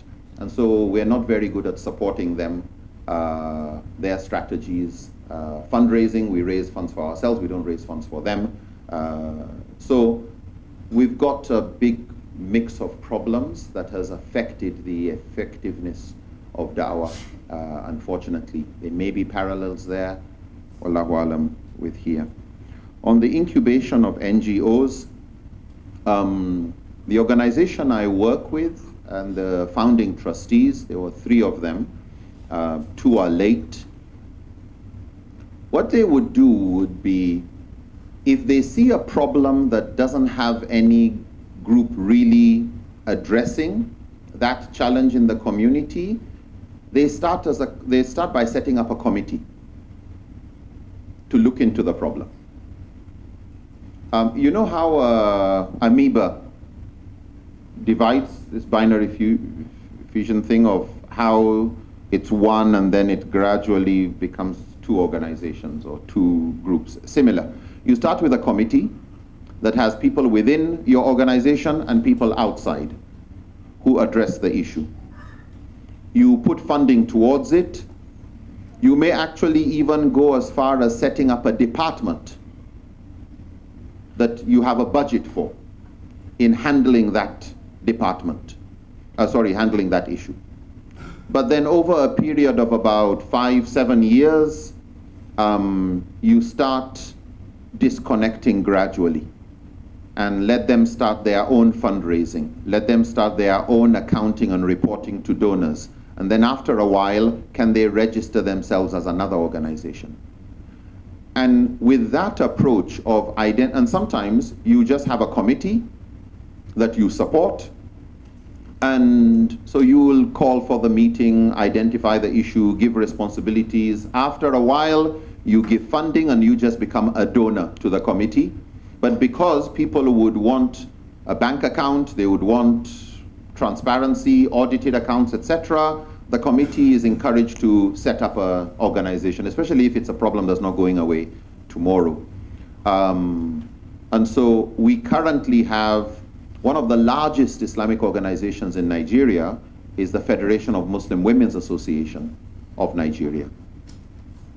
But it started as just a committee of friends, friends who were working with the Islamic Education Trust, the founding trustees, bring a few others, address a problem, support it, and gradually, so you give them an office, you give them this, you give them that, and then gradually they're on their own.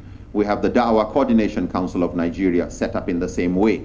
We have the Association of Model Islamic Schools set up in the same way. We have the Development Initiative of West Africa set up in the same way. We have a couple of others that are coming up. But one thing that is important is training. Training in resource management and NGO management. Many of these organizations are started by people who come from, somebody is an engineer, somebody is Islamic studies, somebody is Arabic, somebody is a teacher, somebody is in, they don't have special training in administration. And so we actually have a package of courses called Da'wah Resource Management. It's a module where we look at what are those things that a new NGO or a young NGO, the little spider, what can we do to help the little spider become a bigger spider, because then it can survive better? And what do we do to encourage the bigger spider to try and evolve or metamorphosize into a starfish? And so we take them through training, and this is something that the Da'wah Coordination Council of Nigeria has been quite good at, which is inviting all these, especially the small organizations, for training in more effective fundraising, mobilization of volunteers, ways of rewarding volunteers, non-financial rewards, decision making, project management, project planning, monitoring and evaluation, accounting and administrative procedures, thinking skills, leadership, time management, etc., etc., and who to consult if you need help in any particular area, and who else is working in your area that's good to network with. The last one on Christianity being the only religion that permits alcohol, I think you will find Buddhists who drink, you will find some Hindus who drink and who do not look at it as a problem with their religion. Same thing, you will find Christians who don't drink. Seventh-day Adventists are against alcohol. They look at their body as a temple of God and it must stay pure, and they view alcohol as a problem. So you have in America what they call dry counties. In other words, these are, I don't know what a county, do you have counties here? Districts, fine. So you have districts there that don't sell alcohol, don't deal with alcohol. I remember I was going by train from Minnesota to Chicago, and we were passing, and it was announced on the train that the bar where alcohol was being served will be closed for the next 30-something minutes as we go through a dry county. Yeah, that according to law, the moment the train is passing that territory, no more selling of alcohol in this area. So just the point is that while you do have a lot of Christians, and most Christianity has no problem with alcohol, the Catholics would have it as part of the Holy Communion, the wine being representing the blood of Jesus, peace be upon him. You do have others who would not look at it as something that would be permissible. Based on the scriptures. Yeah. The Buddhist scriptures, Hindu scriptures is clear. The book is very clear. What does the Christian scriptures say? I think the fact that the understanding of Jesus turning water into wine was understood to make it legitimate for some Christians. The fact that in the Last Supper he is believed to have described wine as representing his blood and the bread as his flesh has been understood by Christians. The thing is, I think when it comes to other religions, just the way we don't want people of other faiths doing our tafsir for us and other people interpreting our Quran on our behalf and telling us what our religion teaches or not, we do recognize there's diversity in other religions too. And in Islam, for example, we have what is called Saddu Zariya. Saddu Zariya in Fiqh is where something is permissible, but you will prohibit it because of a harm it may create. So say, for example, everything is halal except what is haram. Okay? However, as a community, we have agreed that when the pilot reaches the age of 65, he stops flying. We don't even start asking, but he's still good. That in certain professions, there's a retirement age. Quran and Sunnah didn't put retirement age, but we have put it because of maslahah, or what is public interest, or what is also called Saddu Zariya, preclusion, where you prohibit something that is permissible because of a possible harm or the higher probability of harm that would be caused. The Quran and Sunnah puts no minimum age for holding a weapon, but we put minimum age for holding a weapon, or there's no minimum age for riding a motorcycle or a horse. We can put minimum age for this and that, etc. And so some societies would put a minimum age for marriage. There was no minimum age for marriage at the time of the Prophet ﷺ. There's no minimum age for political office or this and that, etc. So what you have is an area where Quran and Sunnah has allowed families and you decide the age of this and that, etc. But society starts to find that either because of education or health or security or whatever, we need to start putting a age limit or certain conditions or qualifications for certain jobs or certain things that were not there before.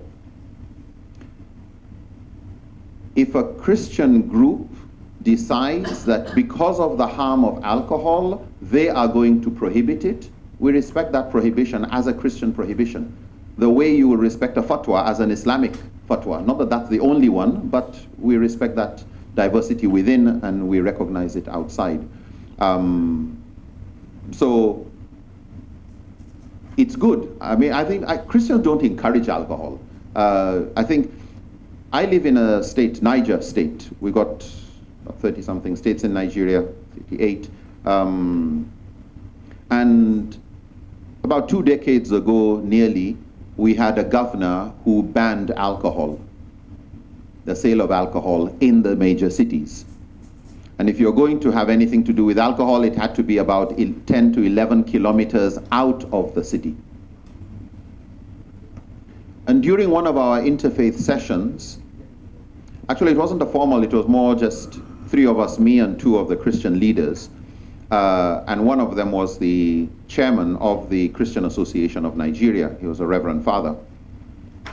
And he said, in all honesty, we like the fact that the governor put that policy in. Why? We had so many problems of alcohol abuse and domestic violence tied to alcohol consumption, and we could do nothing about it. What we don't like is the way the governor put in the law. Yeah. No consultation, nothing. He just assumed we would be against it, and he didn't consult us. And so, so you find something that actually, if you had consulted some Christians and you had let them know, I want to prohibit alcohol for the following reason, but not completely, just to respect the rights of others, because like in the Hanbali school in Islamic jurisprudence, the Hanafi, non-Muslims don't just have a right to consume alcohol, but if a Muslim breaks the bottle of an alcohol bottle of a non-Muslim, you must pay back. Yeah, you can't kill his pig, you will refund him. It's haram for you, it's not haram for him. So I think regarding the question of Christians who consume alcohol, if they don't, we say, well, alhamdulillah, good. I think we all recognize the harm it causes, and that some Christians have gone as far as putting it into policy in their counties. The counties are reducing in their numbers, but these are very Christian-driven policies, and I think any policy that brings people closer to more soberness we would support. Yeah. Allahu alam.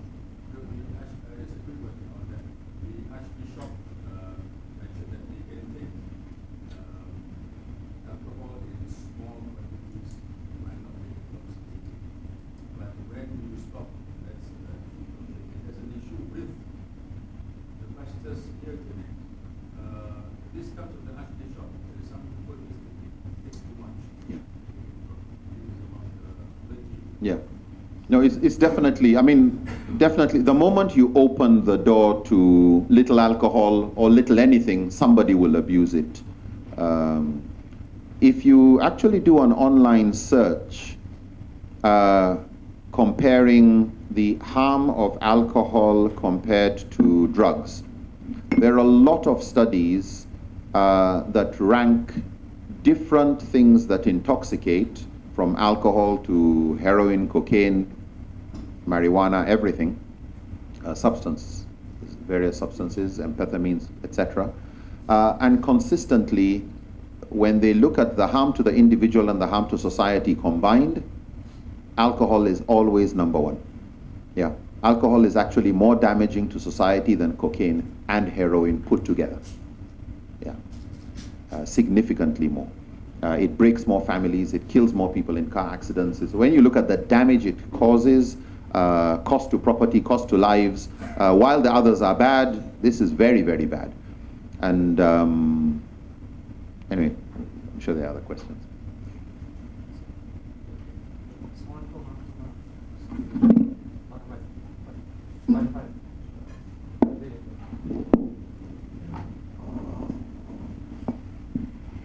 Assalamualaikum warahmatullahi wabarakatuh. I'm Fazril from ABIM. First of all, thank you very much, Sheikh, for your insightful speech and lecture just now. My question is directed towards, actually it is based on these three trends, the global trends. All around the globe, we can feel that the first one, change is inevitable, unavoidable. The second one, we are living in the age of paradox. And the third one, the age of government knows best is over. That means government can be equals to seniors, I mean elders, authorities, etc., etc., like that. So those three global trends is real, they are real, and for millennials like us, we are very much experience it. However, when you talk about diversity, there is another kind of diversity, which is diversity between the youngsters and also the elders. The elders speak their own language that the youngsters do not speak. I mean, in terms of many things. And the environment, the world is changing. The advancement of technology increase the gap between the generation. So my question is, in da'wah also among the Muslims. The gap of generation is real. We need some understanding between the youngsters and also the elders. So I just need your opinion on that. What should we do? Does we need any thinking tools for mediate the problem? Another question maybe.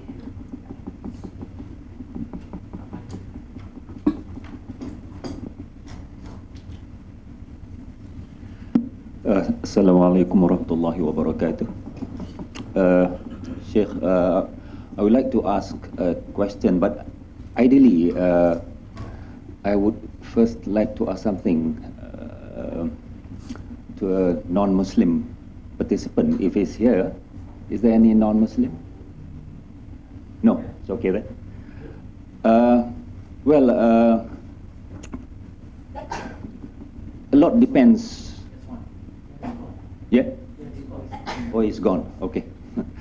A lot depends on our youngsters, Muslims and non-Muslims. Now, in this country, as far as religious education is concerned, all Muslim children are given compulsory Islamic education from standard 1 till secondary school. But for non-Muslims, they are not given any religious education at school, but they are given civics education, if I'm not mistaken, or moral studies. Now, I've been proposing to some people to bring up this suggestion upstairs. I was proposing that we,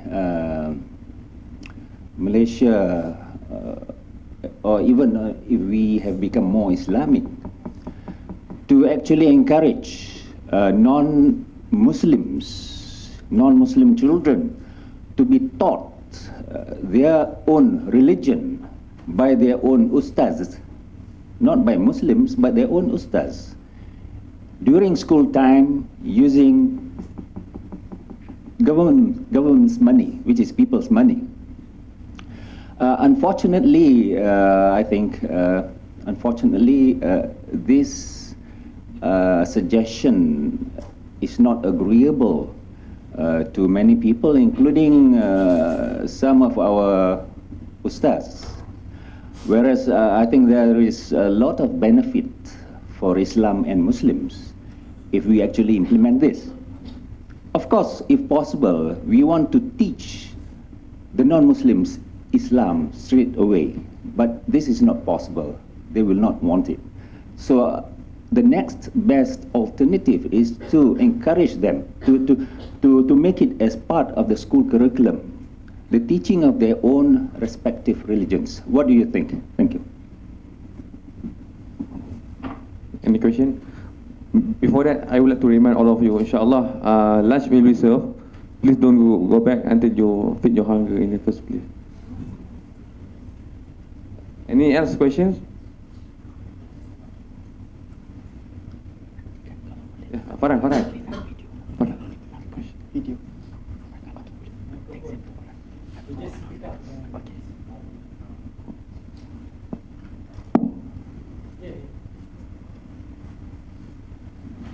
Assalamualaikum warahmatullahi wabarakatuh. My name is Samsuddin. I'd like to ask a few questions, if I may. But before that, I'd just like to make an observation. When you mentioned that the rate of people converting to Muslim, I think I've read somewhere in the UK and in the US, the fastest growing region at the moment in terms of the rate of increase is actually Islam. I'm not sure whether that is correct or not. Okay, some of my questions that I have here, based on what you have just lectured us just now, you did mention about irrelevant fatwas of the past.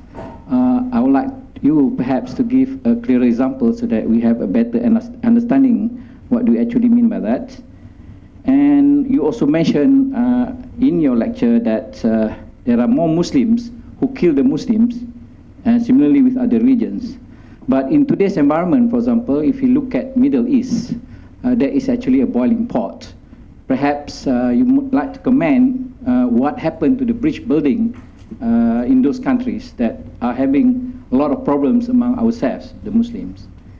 And my third question is, if you're talking about using oil to lubricate and to build bridges among the civil engineers, today's environment where we have modern technology like the Internet of the Things, live telecasts, anything that happens in Mecca, for example, the whole Muslim population will be able not only to hear but to see the actual movement. Why is it that the Muslims around the world could not be better because of the help of this technology? After all, we know that all these actually have been mentioned in the Al-Quran. We used to find it very difficult to believe how Prophet Muhammad could travel from one place to the heaven within a short period of time. But today, at the press of a button, a video can be sent to the United States of America just by using a mobile phone, for example. So those are some of the concerns or questions that I have for you, Sheikh. Jazakallah khairan. Final question, boleh Farah?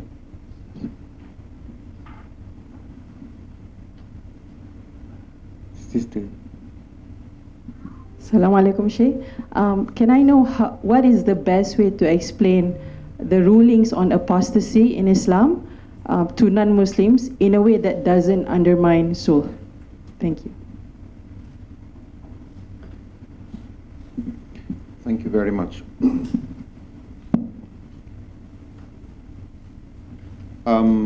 The first question, which is related to the issue of religious education, I don't fully understand the Malaysian context, but for Nigeria, because Muslims and Christians equally contribute tax, all public schools have paid teachers for Islamic religious studies and Christian religious studies.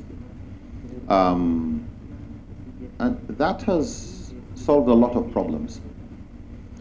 Otherwise, the challenge that we have, and we have it in both places, in those places where they try to stop Christians from going to schools, they have more grievances and anger by the Christians, who then go and learn Christianity from unknown sources. No textbooks, no nothing, so you're not really sure what kind of Christians you're getting. And you actually end up getting very hostile Christianity. But exactly the same thing happening in those Christian majority areas where they stop Muslims from learning. Muslims go and learn from private sources. You can't stop people from learning their religion. They will continue to learn, but they learn now with anger. They learn feeling cheated. I think it's one where it would be worth having an impact assessment so that it's not, at the time of the Prophet ﷺ, Jews had their own school for Jewish children in Medina. And they were allowed to have their own thing. Of course, at that time, it wasn't state-sponsored education where everybody is contributing tax to this and that. But this is a maslaha issue. I think what's most important to us in Nigeria is you don't have a Christian teaching Islam to Muslims. And you don't have a Muslim teaching Christianity to Christians, you know.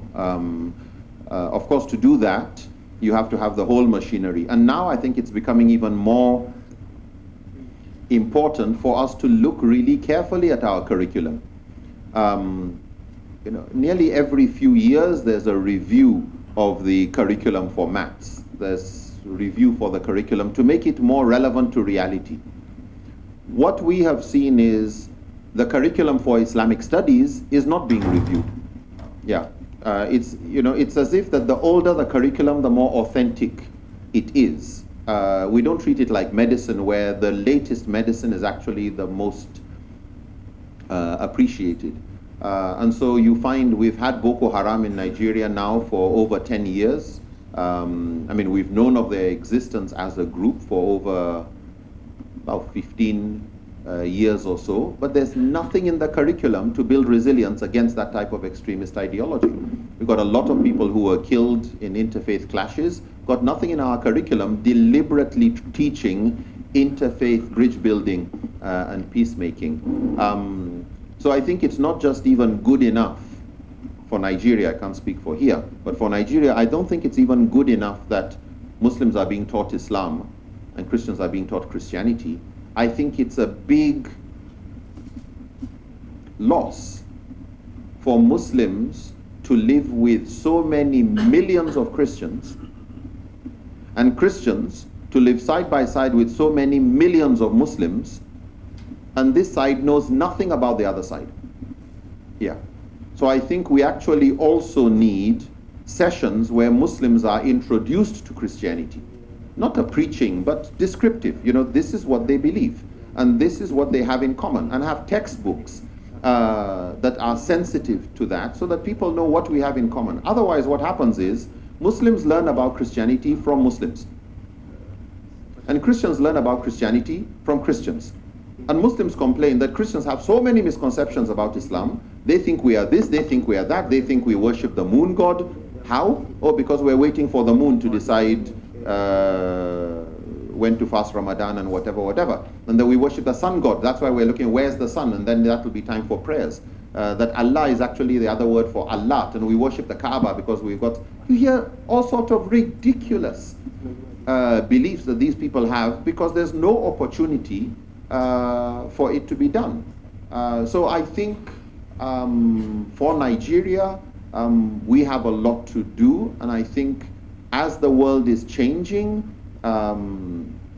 as a minority that might have been 3% starts becoming a bigger percentage, I think it is important just for ta'arafu to get to know each other better, and for scholars, both Muslim scholars and Christian scholars, to agree on what's a curriculum that they both are comfortable with for introducing various beliefs to each other.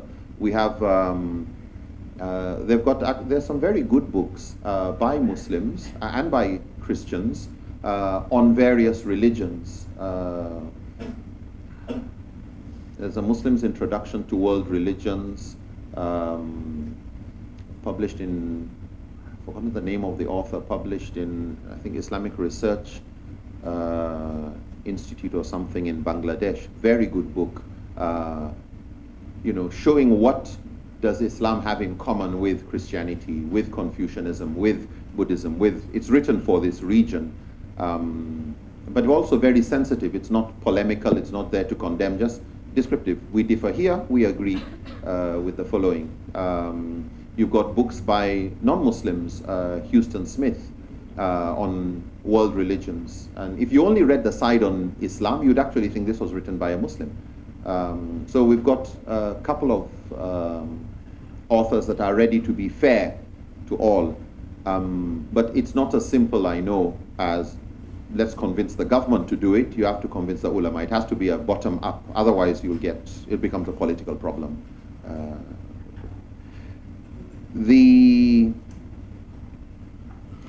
Related to that, just reminds me of one of the earlier questions that somebody was asking. I think part of this issue of some of the minorities who are neither Muslim nor Christian, but more joining Christianity than Islam, I think is also the kind of Islam that Muslims are teaching. We don't, it's related to what I said earlier, where we don't appreciate what message of Islam is more relevant to a non-Muslim audience and what is more relevant to a Muslim audience. A non-Muslim audience has a lot of questions of why do you believe and why? Many Muslims have sorted out why if it's submitting to God. I just want to know how to do it, you know. And so that's also why we have found the teaching of Maqasid Sharia, which looks at the objectives and the purposes, the wisdom behind Sharia rulings, very important for da'wah organizations that are involved in that area. On the question to do with irrelevant fatwas, there are so many. I think if you pick a book on khilaf, so you get a book like Bidayat al-Mujtahid the distinguished jurist primer. It's in 2 volumes in English by Ibn Rushd. It's considered one of the most respected books on difference of opinions among scholars, because it tries to present the views of scholars to their satisfaction. So the Hanafis like that book, the Malikis like it, the Shafis like it, the Hanbalis like it, everybody likes. Why? Because the opinion of that school of fiqh was presented in a very respectful manner, the way that school explains their position. But if you go through, especially in sections to do with mu'amalat, there are many rules of warfare that are very irrelevant today because of the change of the nature of warfare. We don't have anything in the past similar to a weapon of mass destruction. So you may find, for example, a scholar of the past saying, well, under this type of situation, we may justify the use of fire, because fire was what in the past was a weapon of mass destruction, and the general rule was it is prohibited because the Prophet ﷺ said, do not kill with fire, etc., etc., and so you don't even kill animals with fire. But some scholars would want to say, yeah, but under this circumstance where you have no alternative and, it would be permissible, and then use that as qiyas. Therefore, you can use it with a weapon of mass destruction for today. And you kind of like, a weapon of mass destruction today, I mean, if you pick a nuclear weapon, it's 1,000,000 times bigger. You can't do qiyas with mangonel fireballs and a nuclear weapon. Slavery. Every scholar will tell you, if you look at all the verses of the Quran and Hadith related to the subject of slavery or treatment of prisoners of war, and you ask, if you're to summarize, what are all of these Hadith on slavery trying to do? It's either it is improving the living standard of existing slaves, creating avenues to free slaves. So if you break your fast deliberately, free a slave. If you kill somebody accidentally, free a slave. There's so many types of kafara where free a slave. So what you actually find is freeing slaves is the objective. There's no objective of enslavement. And so you will find for many of the Sahaba, even prisoners of war should not be put into slavery. It was preferred that they be ransomed, so like prisoner exchange or collect something, whatever. Slavery was not the preferred option. They would take it that the Amir has the final say. If you decide so, then no problem. But it wasn't something that was desirable. It was always something that releasing a slave was viewed as a way to paradise. Getting a slave was never a way to paradise. There was no reward of acquiring slaves. There was always reward for freeing. In fact, when you look at the CVs, if I use that term, for the Sahaba, when people are trying to talk about the great things about this Sahaba, they will always like to add, and how many slaves did they free? And this one freed 8,000 slaves, and this one did 50-something slaves, and that one did this number of hundreds of slaves, etc. So there's an agreement that the direction of the Quran and the Sunnah is about removing slavery and bringing an end to it. And so even in the budget of zakat, when you look at the categories of zakat, and one of them is wafir rikab, those in bondage, that part of the budget of the Islamic State should be to free slaves. When Umar bin Abdul Aziz, people went round giving zakat, and they would go round, and people were not collecting money. They had really solved the poverty problem, and people were not collecting money, and they would come back, and he'd say, go around again and see whether there's anybody else who needs it. And after going around, they said, there's surplus. And he said, then look for slaves, buy them and set them free. There was that understanding that we should try and bring an end to slavery. When, however, you look at some of the fatwas, the fatwa of a particular scholar seems to even be treating it as if it's a good thing. You should have a slave, and you should. So we have a lot of fatwas that are no more relevant to a context. Fatwas on offensive jihad. Because traditionally scholars have had what they call defensive and offensive. When you look at all the battles at the time of the Prophet ﷺ, they had what you call total of about 27 ghazawat. The word ghazwa is commonly translated as battle. But if you look at them one by one, a ghazwa, the Treaty of Hudaybiyah was described as a ghazwa. Actually, ghazawat really just means an expedition. The Prophet going out with his Sahaba. For da'wah, it's a ghazwa. For sulhu, it's a ghazwa. For umrah or hajj, it's a ghazwa. For battle, it's a ghazwa. Just to go around the territory, it's a ghazwa. Even when you didn't meet anybody but you arrived at a place, it's called a ghazwa. So of the 27 ghazawat, only 9 were battles. Only 9 involved fighting. But of those 9, every single one of them was defensive. Okay? Every single one of them was defensive. Every single one of them was provoked by the non-Muslim side, and the Muslims were defending themselves. Or you had the non-Muslims, like in the case of Banu Mustalik, who had left their area, and all the intelligence showed that they were leaving to come and attack Medina. And so the Prophet ﷺ, preemptive strike, surprise attack on them while they were on the way, they were camped, etc. So what they call a preemptive, where others have started, but you don't wait until they've gathered strength or developed more treaties on their way. Ibn Taymiyyah, Ibn Qayyim, number of these scholars describe all the battles of the Prophet were defensive. So where do we get offensive from? We get offensive from what is called maslahah, public interest. You live in a context where you conquer or you are conquered. Yeah, that was the context of the world. Everybody was colonizing everybody else. Don't colonize, somebody will come and colonize you. Whether it's in recent history like the British or Germans or Dutch or whatever, or going back into whichever period of history. And so for many, colonizing was preventive. We won't wait until you get a king that then attacks us. You know what, yeah, let's have what is called sulhu, peace treaty. And if you say no, then we conquer you. Why? Because if you don't agree to a peace treaty, in a context where the default is you conquer or be conquered, then it's interpreted as a sign of the default position, which is hostility.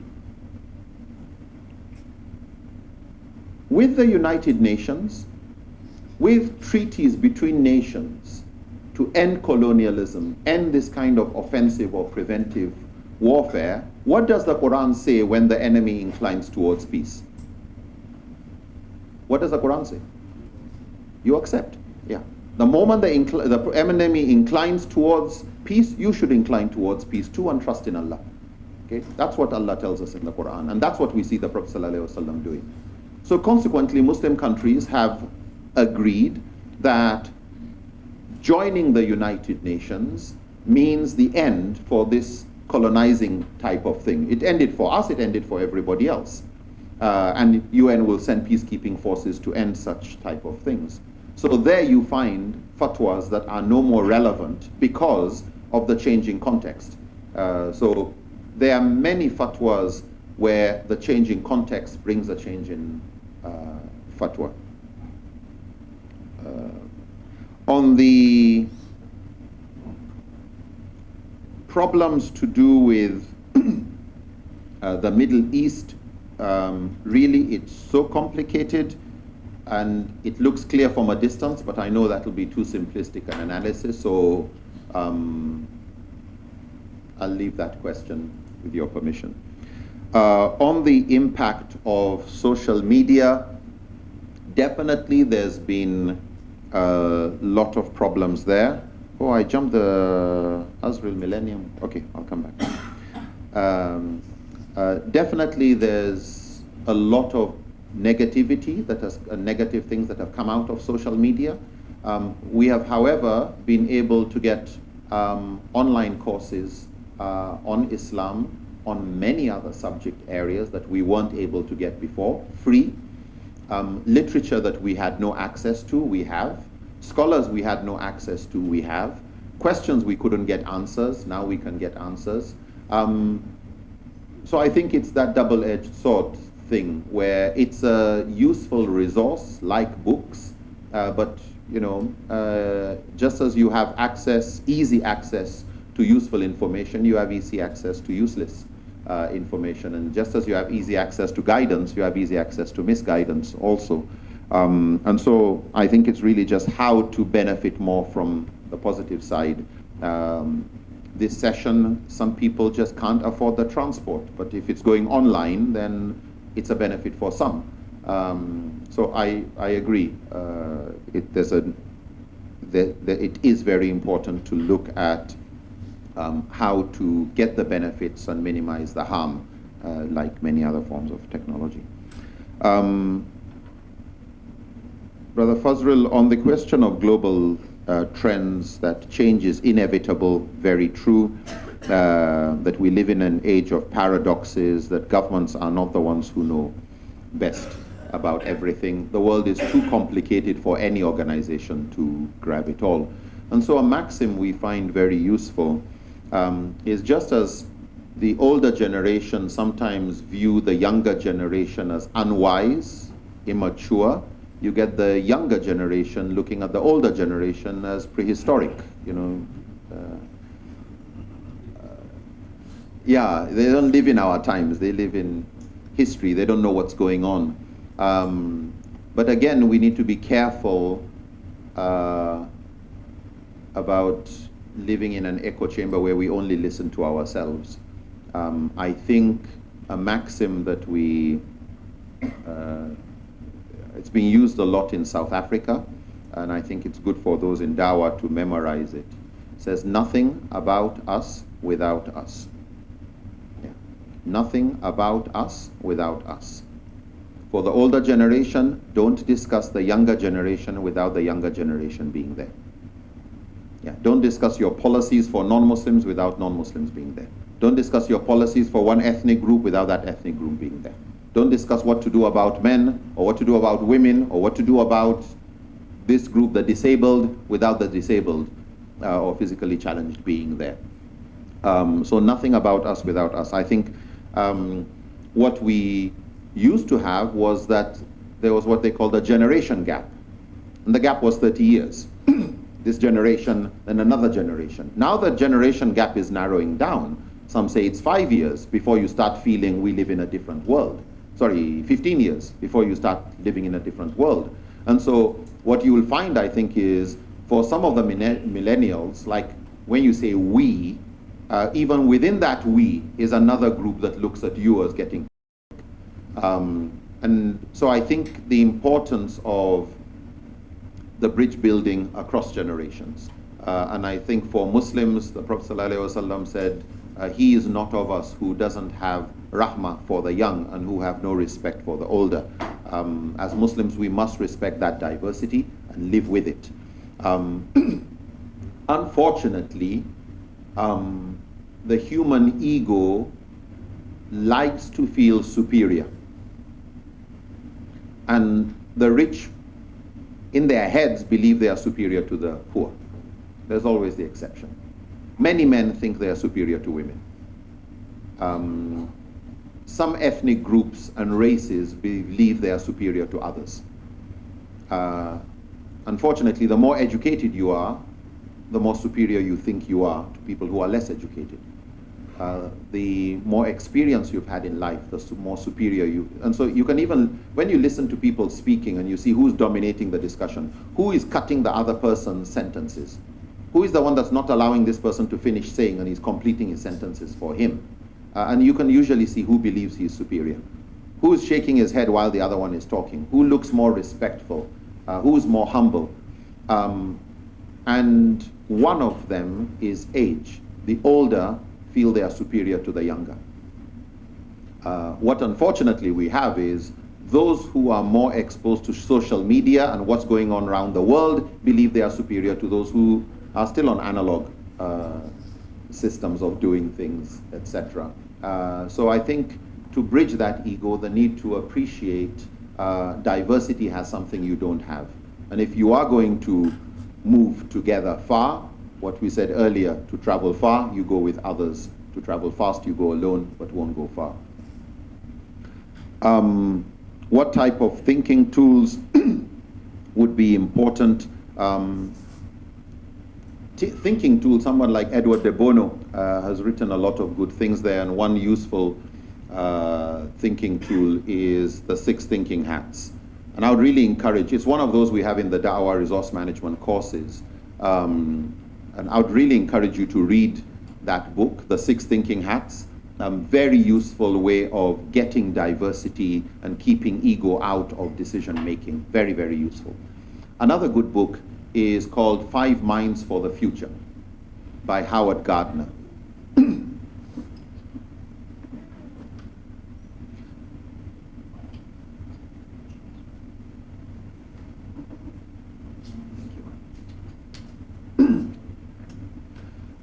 Five Minds for the Future, and he discusses what you would call 5 types of mindsets that would and that seem to be critical to our survival in the future.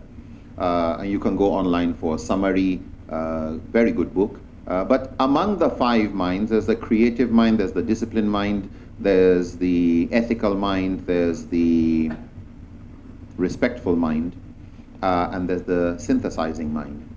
And the 2 of them I want to stress on.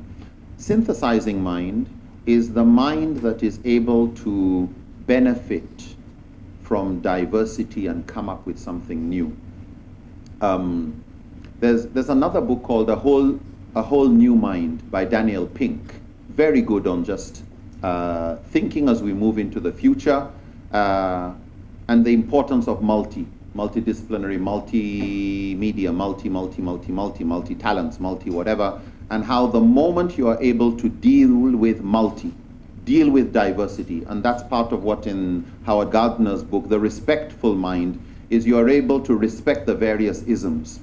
Look beyond, look at diversity, respect it, and have the humility and curiosity to benefit from it. So those are some thinking tools that I think would be useful on that subject area.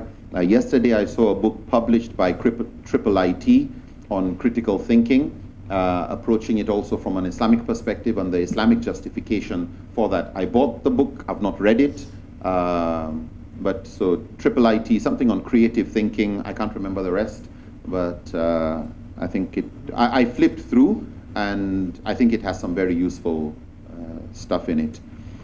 The last question on the question of apostasy for non-Muslims.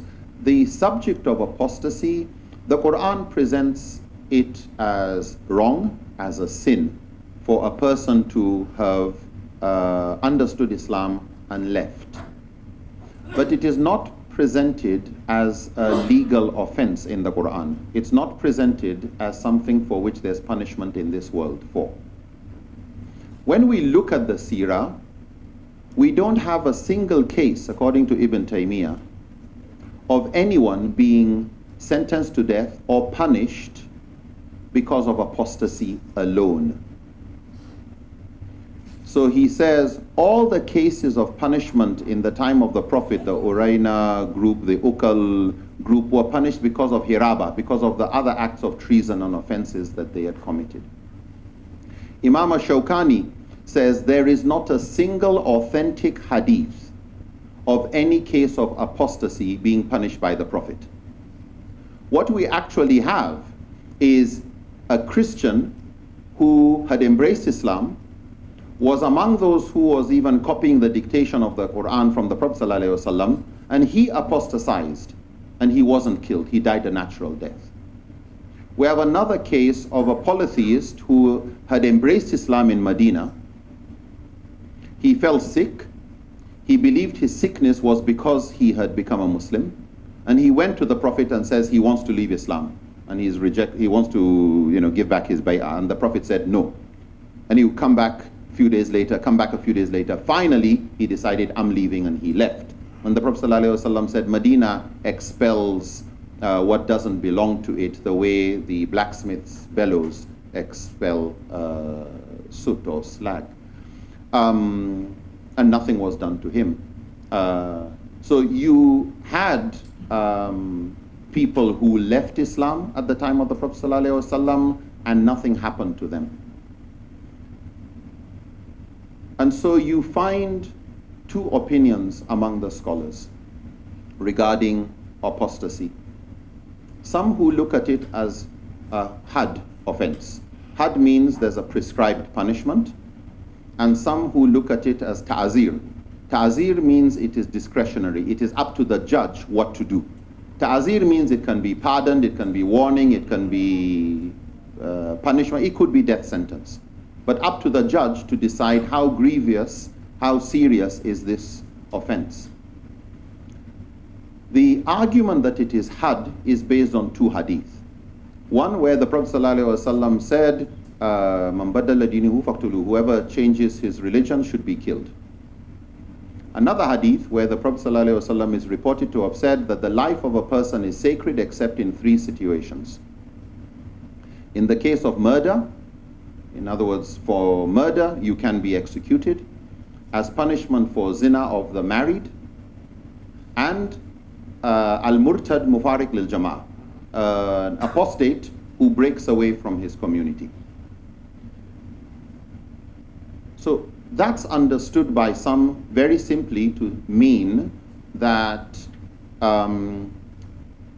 ridda should have death sentence, that is apostasy, should be punished by death.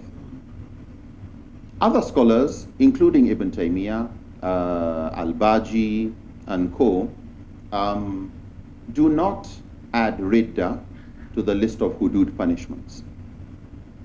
And their reasoning is, number one, the fact that, so for example, there was a relative of Uthman who apostatized, and the Prophet, but he apostatized, but he was also inciting hatred against Muslims, and the Prophet ﷺ said he should be executed.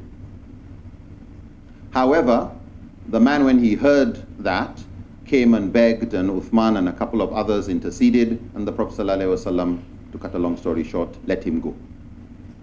These scholars argue that you cannot forgive a had case. That part of the conditions of a had punishment, just like with theft, once you have stolen, there's no coming to intercede. In fact, the Prophet ﷺ said to some who wanted to intercede on a case of theft that even if my daughter Fatima was to steal, I would have no choice but to amputate her hand. So that the nature of had is that you can't forgive. And the fact that the Prophet forgave meant it wasn't a had, it is ta'zir, discretionary. In other words, you can choose to punish, but you don't have to. In the hadith, which says whoever leaves his religion should be killed, Ibn Taymiyyah says that hadith should not be interpreted in isolation of other hadith. What are the other hadith? So he described it as mafhum bighayrihi. It is understood by looking at other hadith. And there's another hadith by Aisha. Aisha's version of the second hadith is that the life of a Muslim is sacred except in three circumstances. One, in the case of murder. The second, in the case of zina of the married.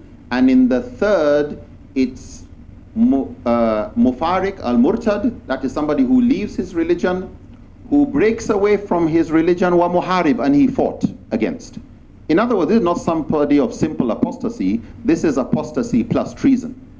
This is you broke away and you fought against. And the rest of the hadith, then Aisha said, the Prophet ﷺ, she was quoting the Prophet, that for such a person, he should be killed or crucified or amputated from opposite limbs. And that is the punishment in the Quran for hiraba. And so for these scholars, when they look at all the cases of apostasy that were punished at the time of the Prophet, they find there's a hiraba offense. And so Ibn Taymiyyah says these people would have been given the death punishment whether they had left Islam or had not left Islam. So their leaving of Islam was just incidental. But all the cases where somebody left Islam only, didn't hurt anybody, all those cases were forgiven by the Prophet ﷺ. And so for that reason, I think when a non-Muslim asks, it's, at least if a non-Muslim asks me, and I've gone in this detail really just because it's a Muslim audience here to understand where are the scholars coming from and why they differ. Some are looking at just what the Prophet said. Others look at not just what was said, but they do what is called jam, where you reconcile what appears to contradict. The Prophet forgave this one, the Prophet didn't punish that one, he says there should be punishment. How do you reconcile all of this? Some do tarjih. I'm not sure about all that evidence, so I put it aside and I just go by simply kill the apostate. Others do what is called jam. Jam is reconciliation. How do you interpret all the evidence in such a way that you are not left with any ta'arud, conflicting evidence? And they take it that by saying it is ta'zir, which means it's a discretionary punishment, then it allows the judge to execute if that is most appropriate, which would be if there was something more than just simple apostasy and there was harm, as was done at the time of the Prophet ﷺ, to forgive if that is what is most appropriate in the case of simple apostasy, where, like at the time of the Prophet, some left and didn't join. So if a non-Muslim wanted, I would like to know how much time I have from the non-Muslim, how much detail they will be interested in, but it's an area where scholars have differed. Most contemporary scholars go with the ta'zir position. Some still hold on to the hudud, but it's an area of khilaf where scholars of the past have differed. This has never been an area of ijma. It's never been an area of consensus, not even during the time of Sahaba. And so you will find even in the Hanafi school, they do not agree on death sentence for the female apostate. Why? Because they said she was never a threat. And so you will find for some, even in the Hanafi, there was this understanding that apostasy in a context of Darul Islam, Darul Harb is if you are leaving Darul Islam, then you are joining Darul Harb, which was an abode of war, and it means we would be fighting. So a lot of it was viewed as identical to treason. Most of the classical scholars did not separate apostasy from treason. It was treated as more or less one. If you're joining the enemy, then you're joining the enemy and that you're an enemy. Whereas other scholars, even at that time, look at the Prophet ﷺ as being separated the two. So, yeah, Allahu Alam.